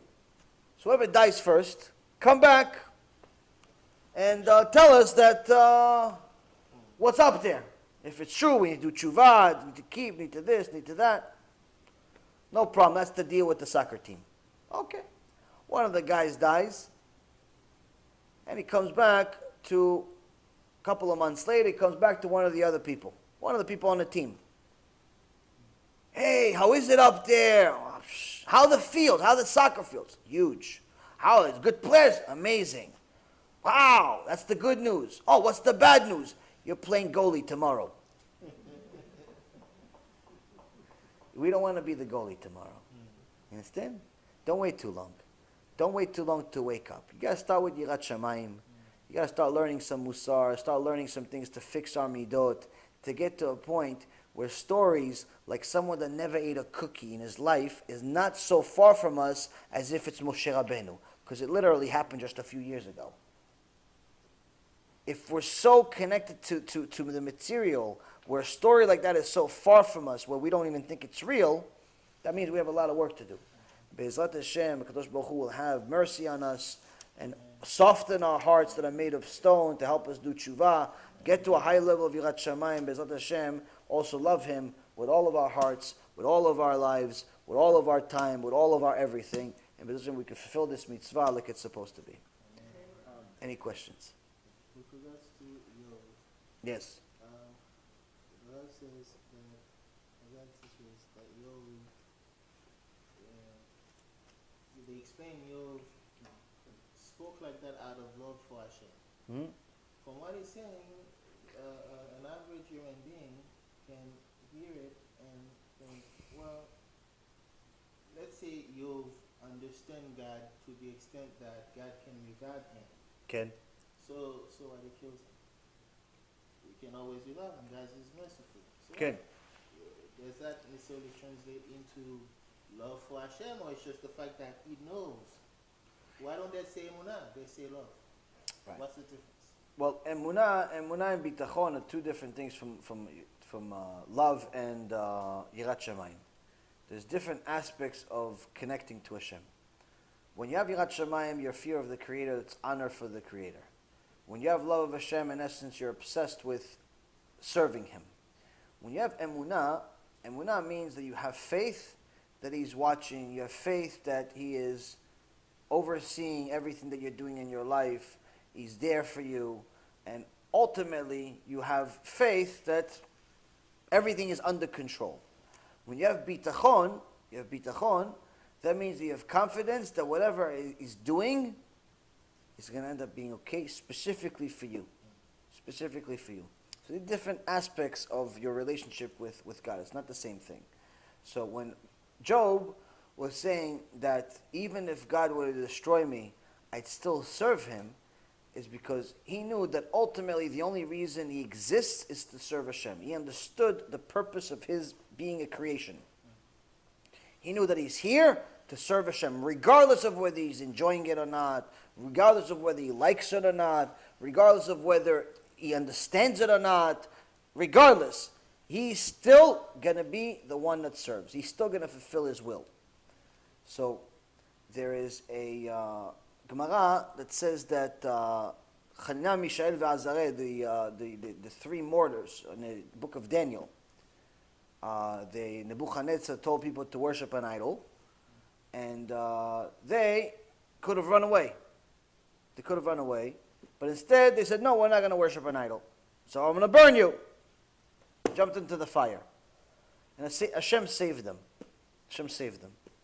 Now the Gemara, I'm shortcutting the story, but the Gemara says, where do they learn this? Where do they learn this thing to go jump into a fire? Where do they learn this from?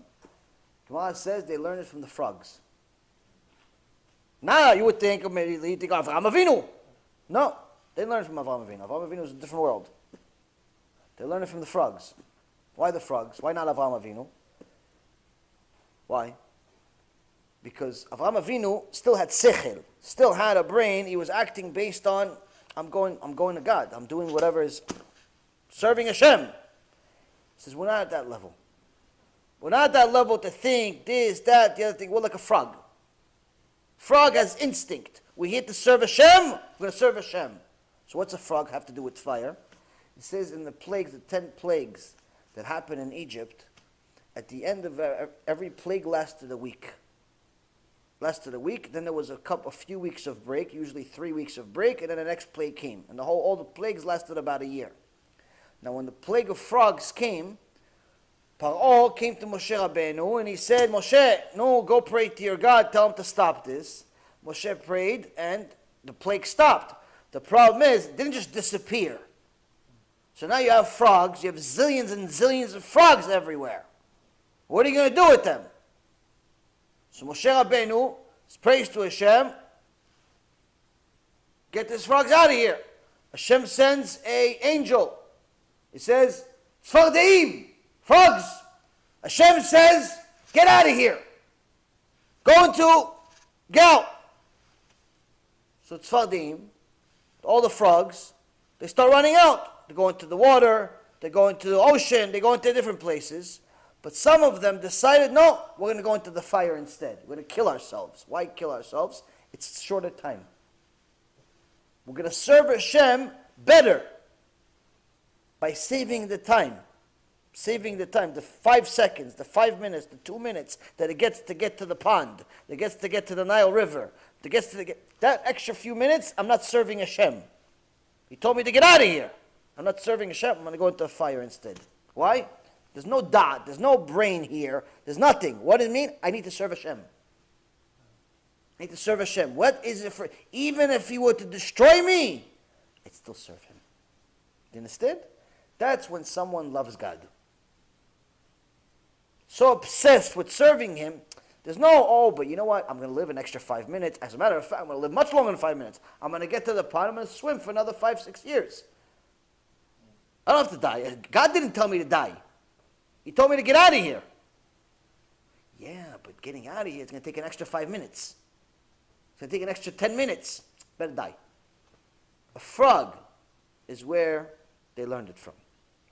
You understand? So these types of midrashim, these types of gemarot, these types of teachings from the sages, they're not to impress upon us things that to make us feel like we're so far from them.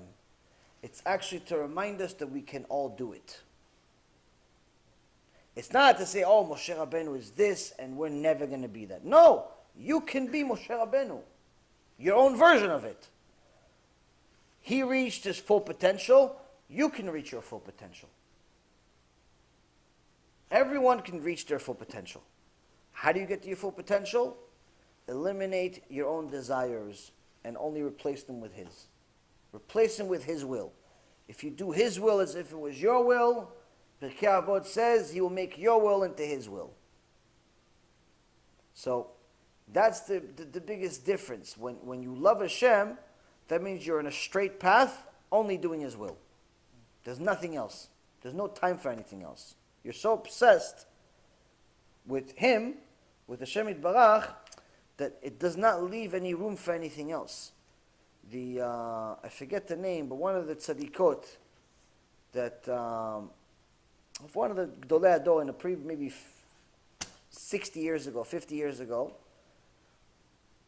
both her husband and her son, her only son, died in her lifetime.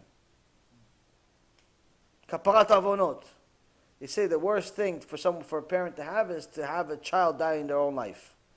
Not only is her husband die in her own life, which is already a difficulty of its own, but a son, her only son died. Shem Yerachem. What did she say? This tzadikah, this kdosha that loved Hashem. What did she say during the alvaya, during the mourning? You know, Shem Yerachem, we had a big ason in Flatbush. People are crying. It's horrible. What's the difference? What's the difference? What does someone that loves Hashem say? What does she say? She says, Hashem, initially I had to split my love between my husband, my son, and you. Then you took away my husband. So it's between you and my son. Now you took away my son. So all of my love is to you, Hashem. I love you. That's what she said, Alvaya. That's what she said when she's bearing a son. She said to Hashem, I love you, Hashem, with all my heart. Now it's all for you. That's the difference. It doesn't make sense to us because we're far away from it, but we can get there. We can get there. It's just that we have to stop lying to ourselves and pretend that we're already there. Because if you pretend that you're already there, you're never going to try to get there. You understand? If you're pretending like you're already a lover of Hashem, you're not even going to aspire to be a lover of Hashem. You're not even going to aspire to have Yirat Shamayim. You're not going to aspire to do anything. Because you already think you're okay. I had a guy, God bless him, hopefully he does tshuva. I have all these wonderful stories. People send me emails. It's nice, different ways for Hashem to help me do tshuva to people. And anyway, this guy, we started sending out newsletters. We sent a few of them to an email list. And a couple of them were articles, short articles that Rabbi Ephraim wrote about Chanukah in Hebrew. So we sent them out. So he responds to me, this guy responds to me. He says, oh, I'm glad that you added Rabbi Ephraim Kachlon to your team. I'm glad that you added him to your... apparently you don't know the story then. Okay, fine, no problem. Doesn't have to know the story. What? It's not breaking news. Fine, no problem. I'm glad you opened this. This is not the reason why I'm telling you the story. I'm glad you added Rabbi Ephraim to your team, so at least now we have somebody to teach us real depth of Torah. The real depth of Torah, and not the stuff that's really for just the new people, Baalei Tshuva, and the basics. Because for people like me, talks about himself, for people like me that are matmidim, that are really serious Torah learners, it's not for us. It's not for us. And so I'm glad you added Rabbi Ephraim to your team to teach us the depths of Torah. Because I have to say, I'm a matmid, I'm really dedicated. And for me to hear some of these MUSSARs that it's a rebuke, I know it's good for some people, but for me, somebody like me, it's not good. The reality, so now, and then he finishes off the letter, and he says, I apologize for the disagreement or the argument we had some time ago, or whatever it was. I apologize for that. It's just, but I'm glad you added him to the team. Now I was going to respond, shalom, shalom, like, shalom, I don't remember the argument that you're talking about. I don't remember any argument. I don't remember who he is. I don't remember. I have 1,000 emails I get every other day. I mean, it's not like, I don't remember, but I knew that if I sent this guy that has an ego bigger than this house, that thinks he doesn't need MUSSAR, if I would have told him, listen, by the way, shalom, shalom, peace, hello, I don't remember the argument, what would have happened? What? What do you mean you don't remember the argument? How do you not remember the argument with me? How dare you not remember the argument? He remembers the argument, I don't remember the argument. See, that's why you teach MUSSAR and you don't teach the depths of Torah. The depths, the secrets of Torah. Shtuyot. The shtuyot that come out of people's mouth is mamash. It's seriously, like, you don't understand it's really ridiculous. But that's the thing. It's like, people fool themselves. They fool themselves to think that there's something completely different than reality. They make themselves their own idol. They put themselves on some pedestal because they read a few books, or they have a few dollars, or they have a few things, and it's mamash, it's poison. It's poison. It's poison because it gets to a point where the person is convinced, with no doubt in his mind, there's nothing for him to change about himself. There's nothing for her to change about herself. You know what kind of tzaddik I am? You know what kind of kisur rosh I have? You know what kind of Shabbat dinners I give? You know this, you know that. People, like mamash, brag about their mitzvot. So, MUSSAR is supposed to remind you that you have nothing to brag about. You have a long way to go. A long way to go. All of us do. All of us do. Next. What is Dua's opinion on someone who has dreams about events that are about to take place, especially when people that this person knows are either about to go through something horrible in life, a disease or something, terminal illness. Did it happen, or is this things that it looks like it's going to happen? There's a history there. History that it did happen. The Gemara Masechet Brachot has a whole section, maybe about almost 10 dapim, about dreams. To cut it short, I think we talked about it in the past. For the most part, dreams are all nonsense as a outcome of things we see during our life, especially during the immediate time frame that someone saw things. If they went to a zoo, they'll see some animals in their dreams. If they saw inappropriate things, they'll see inappropriate things in their dreams, and so on and so forth. So most dreams are complete nonsense. Now, once in a while, there's a dream that has some validity to it. And the Gemara Masechet Brachot gives different things, have different signs. If there's a snake, if there's a verse in the Torah, if there's falling teeth, if there's different signs that you see in dreams have certain significance. And in essence, it could even get to a point where a dream is 1/60th of a prophecy. 1/60th of a prophecy. Now, this doesn't mean that every dream is even remotely close to being a prophecy. It just means it's a possibility. So, as far as translation of dreams. The Gemara says that the translator of the dream needs to be someone that cares about you. Should be a Talmid Chacham, but in general, should be someone that cares about you. And the reason why is because if someone cares about you, and they're also Talmid Chacham, that means they would know this Gemara, they would know that they need to translate all dreams in a positive way. Because the translator has an effect on the actual outcome of the dream. If it's a real dream, the translator could potentially influence the meaning of the dream. Which means, if the translator says, oh, you had XYZ happen, oh, that means you're going to lose money, that could potentially lead to the person losing money. Not the dream itself, but to someone that translated the dream that way. So it's meaning that the translator has a significant impact. That's why you need to go to someone that loves you, because someone that loves you is always going to look at things in a positive fashion. One time somebody came to Rabbi Yaron Reuven. He said, Kvod Harav, I had a dream where they're cutting up my whole body in little pieces. They're cutting up my arms, they're cutting up my legs, they're cutting my head, they're making me into little hot dogs. Horrible, horrible dream. You couldn't even imagine such a horrible dream. And I felt the whole thing, and this and that. Shem Rachem, what kind of dream? It's like a night terror. Rabbi Yaron says, oh, Baruch HaShem. This means you're going to make money. This means you're going to have kids. This means you're going to get a house. Gave him all these wonderful things, and all of it happened. Why? Positive way of translating the dream. He could have easily told, hey, by the way, next week you're going to die, and he would have died.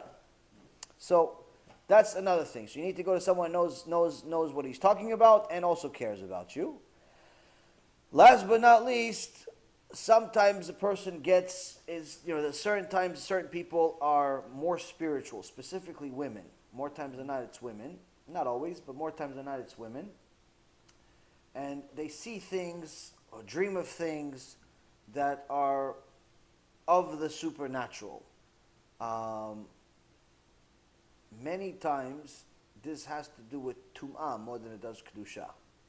This has to do with impurity more than purity, especially if they see things in the living world, like here. Like, for example, many people tell me that they see, I don't know, all types of shindalets and, different types of spirits and, things like that. And it's literally every single time without a fail, it's because they have some type of connection to idol worship in their house or in their life. And they forgot about it. They forgot about it. They don't know that they do. They think they finished it. I can tell you from my own personal experience. I've seen it, and it's literally, you're convinced you've taken care of everything, and then one day you move, and you go through your stuff, it's, oh, look at that, a little statue, a little New Testament, a little whatever it is, coin, or something connected to some type of idolatry. That's the problem. That's the problem. It's mamash, literally almost 100% of the time. I told you guys a story of somebody that came to shiur, and it was because of that. So, as far as dreams and some things happen to people, like pretty much answer directly to your question, where someone dreams, and it's almost like a prophecy of something negative happening to a certain person in their life. What should they do? I mean, listen, it all depends on whether you think the person is going to listen or not.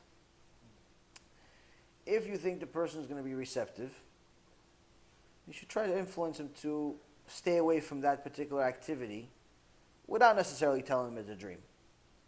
Just try to get them out of it. Just try to get them out of it in a different way. And the reason for that is because you don't want, like, if they don't listen, you don't want to be viewed as, someone crazy. You don't want to turn into a chilul HaShem, where you've turned Judaism into some type of voodoo, So it's better you try to get them away from whatever they're supposed to happen in a different way. Try to get them to do tshuva and so on and so forth. Very rarely does telling people of the supernatural actually help. Very rarely. It's either because they don't take you seriously, because it affects them. Like, why would you have a dream about me? Why wouldn't I have a dream about myself? Like, who are you? Like, what makes you so? What do you like? What is this? Like, it's not normal for people to think like that.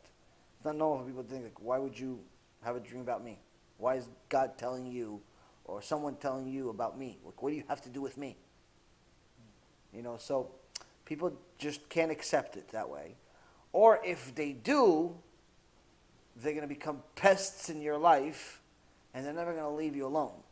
And every day they're going to ask you, dream about me again, dream about me again, dream about me again, dream about me again. So what does it mean? I had a dream. I had a dream about this. What does it mean? All of a sudden you become some fortune teller. You become some fortune teller. You became this fortune teller from the 1990s that used to, huh? Yeah, like one of these Nostradamus. Yeah, you came from, all of a sudden you're, so you don't want that. You don't want that headache in your life. Try to get them to do tshuva in a different way. Try to get them to stop from whatever they're doing in a different way. It's much better. Listen, there's a lot of things that are just better not to say them. There's certain things, for example, that you're going to see in your life that are just not normal. You get the point, if you get what I mean. There's certain things in your life that you're going to see that are not normal. Okay? Normal is just a bunch of people sitting, learning, eating, drinking, whatever we're doing right now. That's normal. Stuff coming out of the sky, voices, whatever, things that are like you only hear in movies, that's not normal. That's what I mean. So there's certain things in your life that are just not normal. If you say it to people, again, they're either going to think you're crazy, and being labeled crazy is not a good thing, or they're just going to turn you into some type of idol, which is a problem of its own. So there's very little benefit comes out of it. Very little benefit. Unless you're a crook, then you could pretty much take advantage of people. Next. Fortune cookies. Yeah. Next, anything? Finished? Yeah. I had a question that came to mind. It was like maybe a little off topic, but you talked about the frogs like instinctively wanting to go into the fire to do the will of HaShem quicker. Kid. So I remember reading about Baba Sali, how all the animals on Shabbat, whenever they would come on his property, like in his backyard and stuff, it could be cats, dogs, they would stand up on their hind legs whenever they walked through his property on Shabbat. No, seriously. Well, actually, this is what people say. This is like, so how would they instinctively know this? I mean, unless they're a reincarnation themselves, but if it isn't, it's a regular dog, and he has his nefesh, but he knows he's gone Shabbat, or passing through Baba Sali's backyard, his property. I gotta walk on my hind legs. one day we're going to have a shiur about reincarnation. One day we're going to have a shiur about reincarnation. Reincarnation is not an easy subject. A lot of people like to talk about it because it's very mystical. It's very cool sounding. People talk about it like they know what they're talking about. The reality is that it's, they make it sound like it's a good thing. They make it sound like it's fun. They talk about it in, these different Kabbalah classes and Kabbalistic and mystical things. In reality, anyone that knows anything about reincarnation, it's not exactly a gift. It's a form of punishment. And reincarnation is not necessarily all fun and games. Reincarnation is not necessarily always in humans. So when you're reincarnated, that already means that you're a sinner. That already means that you didn't do something, you didn't finish some type of tikkun that you had. Could very well be that you're a tzaddik, but you didn't complete your tikkun. In many cases, you're a rasha that is given another chance because you did something good in your life. That's number one. Two, you're only given a few times before if you don't fix it, you go down a level. So the soul could go from a human to an animal. If the animal is not finished, you go to a plant. If the plant is not finished, you go to a rock.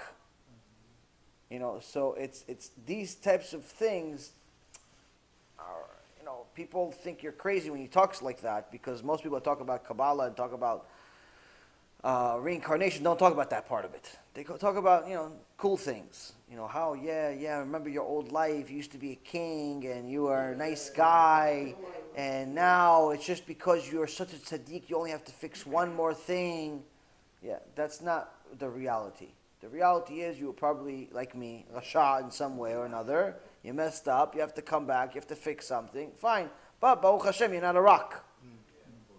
The Ben Ish Chai, I believe it was the Ben Ish Chai. I believe it was Ben Ish Chai. One time was arrested, sent to jail, and his Talmidim asked him, Kvod Harav, why would Hashem do such a thing? Send Gdolado, giant of giants, Kodesh Kodeshim, to a jail, to rot in jail for so long. Could have done so many other things, and so on and so forth. Like, why make you suffer? He says, well, I asked the same question, and then the first night that I was in the jail, in a prison, I had a dream. And they told me that the walls of my prison cell have a bunch of neshamot, have a bunch of souls in them, that the only way that they can fix themselves is if somebody like me studies Torah in the cell. Why? They didn't come to shiur Torah. They didn't learn Torah when they had an opportunity. Hashem said, okay, I'm going to put you in a wall. You're going to be forced to learn Torah. But it's not going to be so easy. Why? The wall is going to be a prison wall. It's not going to be a yeshiva. So, these types of conversations are not exactly for everyone. Some people think you're crazy. Some people think, but this is what Torah says. What are you going to do?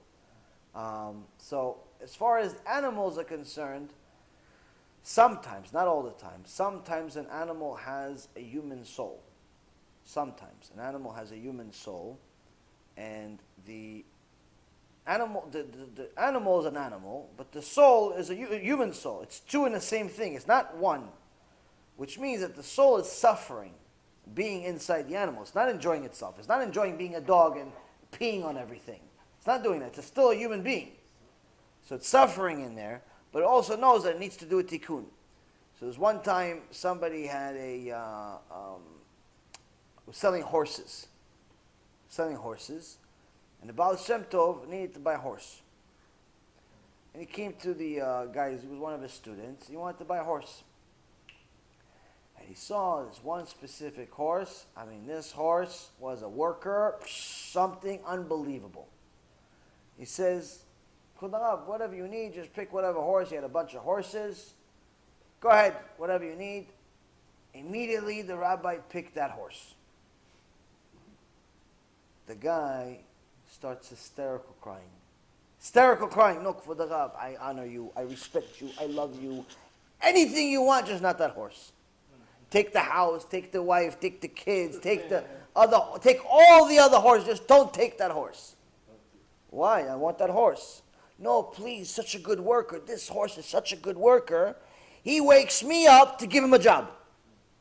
All the other horses have to prepare them, clean them, suits, and this one doesn't stop working. It's the best horse I've ever had. Please, Kvod Harav, take something else. He goes, no, I want that horse. Back then, they used to honor rabbis, not send them emails telling them, thank you that you have another rabbi. So, he says, Kvod Harav, you want the horse? I'm going to give you the horse. Oh, you sell me the horse? Sell you the horse. Sure, sell you the horse. Kvod Harav, you said I'm doing. He says, let me ask you something. Is there someone that you know that owes you any money? Yeah, they really was my neighbor, down the street, which, 30 miles away, because it's farms and so on. Yeah, my neighbor over there, whatever, a few miles away, he owed me a little bit of money. He owed me a few $100, but he died. He died a couple of months ago. Never paid me back. That's it. Other than that, no, Baruch Hashem, nobody owes me any money. And he says, now, he was a good friend of yours? No, we were good friends. Honest guy. Just, he died. Miskin died young. Didn't pay me back, but that's it. Other than that, Baruch Hashem, nobody owes me any money. He says, no, but do you forgive him for not paying you the money? He goes, are we kidding? Of course I forgive him. It's my buddy. I love my friend. No, of course I forgive him. He died. Miskin, his wife. I tried to help them and so on. Miskin, he died. No, but if the fact that he didn't pay you, you forgive him, no, 100%? Of course I forgive him. So say it. What do you mean say it? Say machu lecha, machu lecha, machu lecha. Say I forgive him, I forgive him, I forgive him. For the money he owes you, he didn't pay you back. The guy says it, the horse dies on the spot. He goes, what just happened? He goes, your next door neighbor, he had to come back in the gilgul of a horse that works for you to pay you back the money. The $300 that he didn't pay you back, you have to come back as a horse. Why? You can't go inside Gan Eden with blood on your hands. Owe people money. So that's the thing. People need to understand. The Gilgulim, the reincarnations, are not all fun and games. It's not all fun and games. That's why it's also part of the reason why the Geinom shiur is not such an easy shiur to give. Yes, I'd love to give it to you guys now, right this second. It's just not necessarily a very easy shiur. It's not an easy shiur. The key is to know now. You need to do tshuva. I need to do tshuva. All of you need to do tshuva. Everyone that's watching, everyone that's not watching, everyone needs to know. Stop pretending that we're already at we're good. Because there is I actually heard Rabbi Mizrahi mention it recently. I think it was a clip or something I saw somewhere. There's a mitzvah in Torah. There's a certain type of sinner. A certain type of sinner. And the worst type of sinner that Hashem doesn't forgive, it's written in the Torah, in Parashat Bechukotai, and also Parashat Kitavo, a few different places it's mentioned. There's a certain type of sinner that Hashem doesn't forgive him. What's that kind of sinner? Someone says, no, it's not me. I'm okay. I don't need to do tshuva. I'm fine. I'm okay. I don't need to take off my wig, put a kisur rosh on. I don't need to put tefillin on early in the morning. I don't need to learn Torah. I'm okay. I'm all right. I'm a matmid. I'm a matmid. I don't need to learn mussar. I don't need to learn mussar. Says that person, Hashem doesn't forgive them. Hashem erachem. So B'ezrat Hashem, these questions, these shurim, these get-togethers, these things will get Am Yisrael to wake up. Just like these 4 soldiers that I showed in my Facebook page today. Each one of them got a CD and a Shayatzar in our kiruv packages. We sent it out to an army base. An army base last week. And Baruch Hashem, a few guys before they go on their holiday break, they got some Torah to keep them away from all the Christmas trees and all the Avodah Zarah in this world. Hopefully do tshuva, get closer to Hashem Yitbarach. This is Avodat Hashem. This is what you do and work for Hashem. There's no your opinion. There's no what makes sense. There's no nothing. It's just you work, you do. You're a frog. Be a frog. If you're a frog. Baruch Adonai Leolam. Amen ve amen.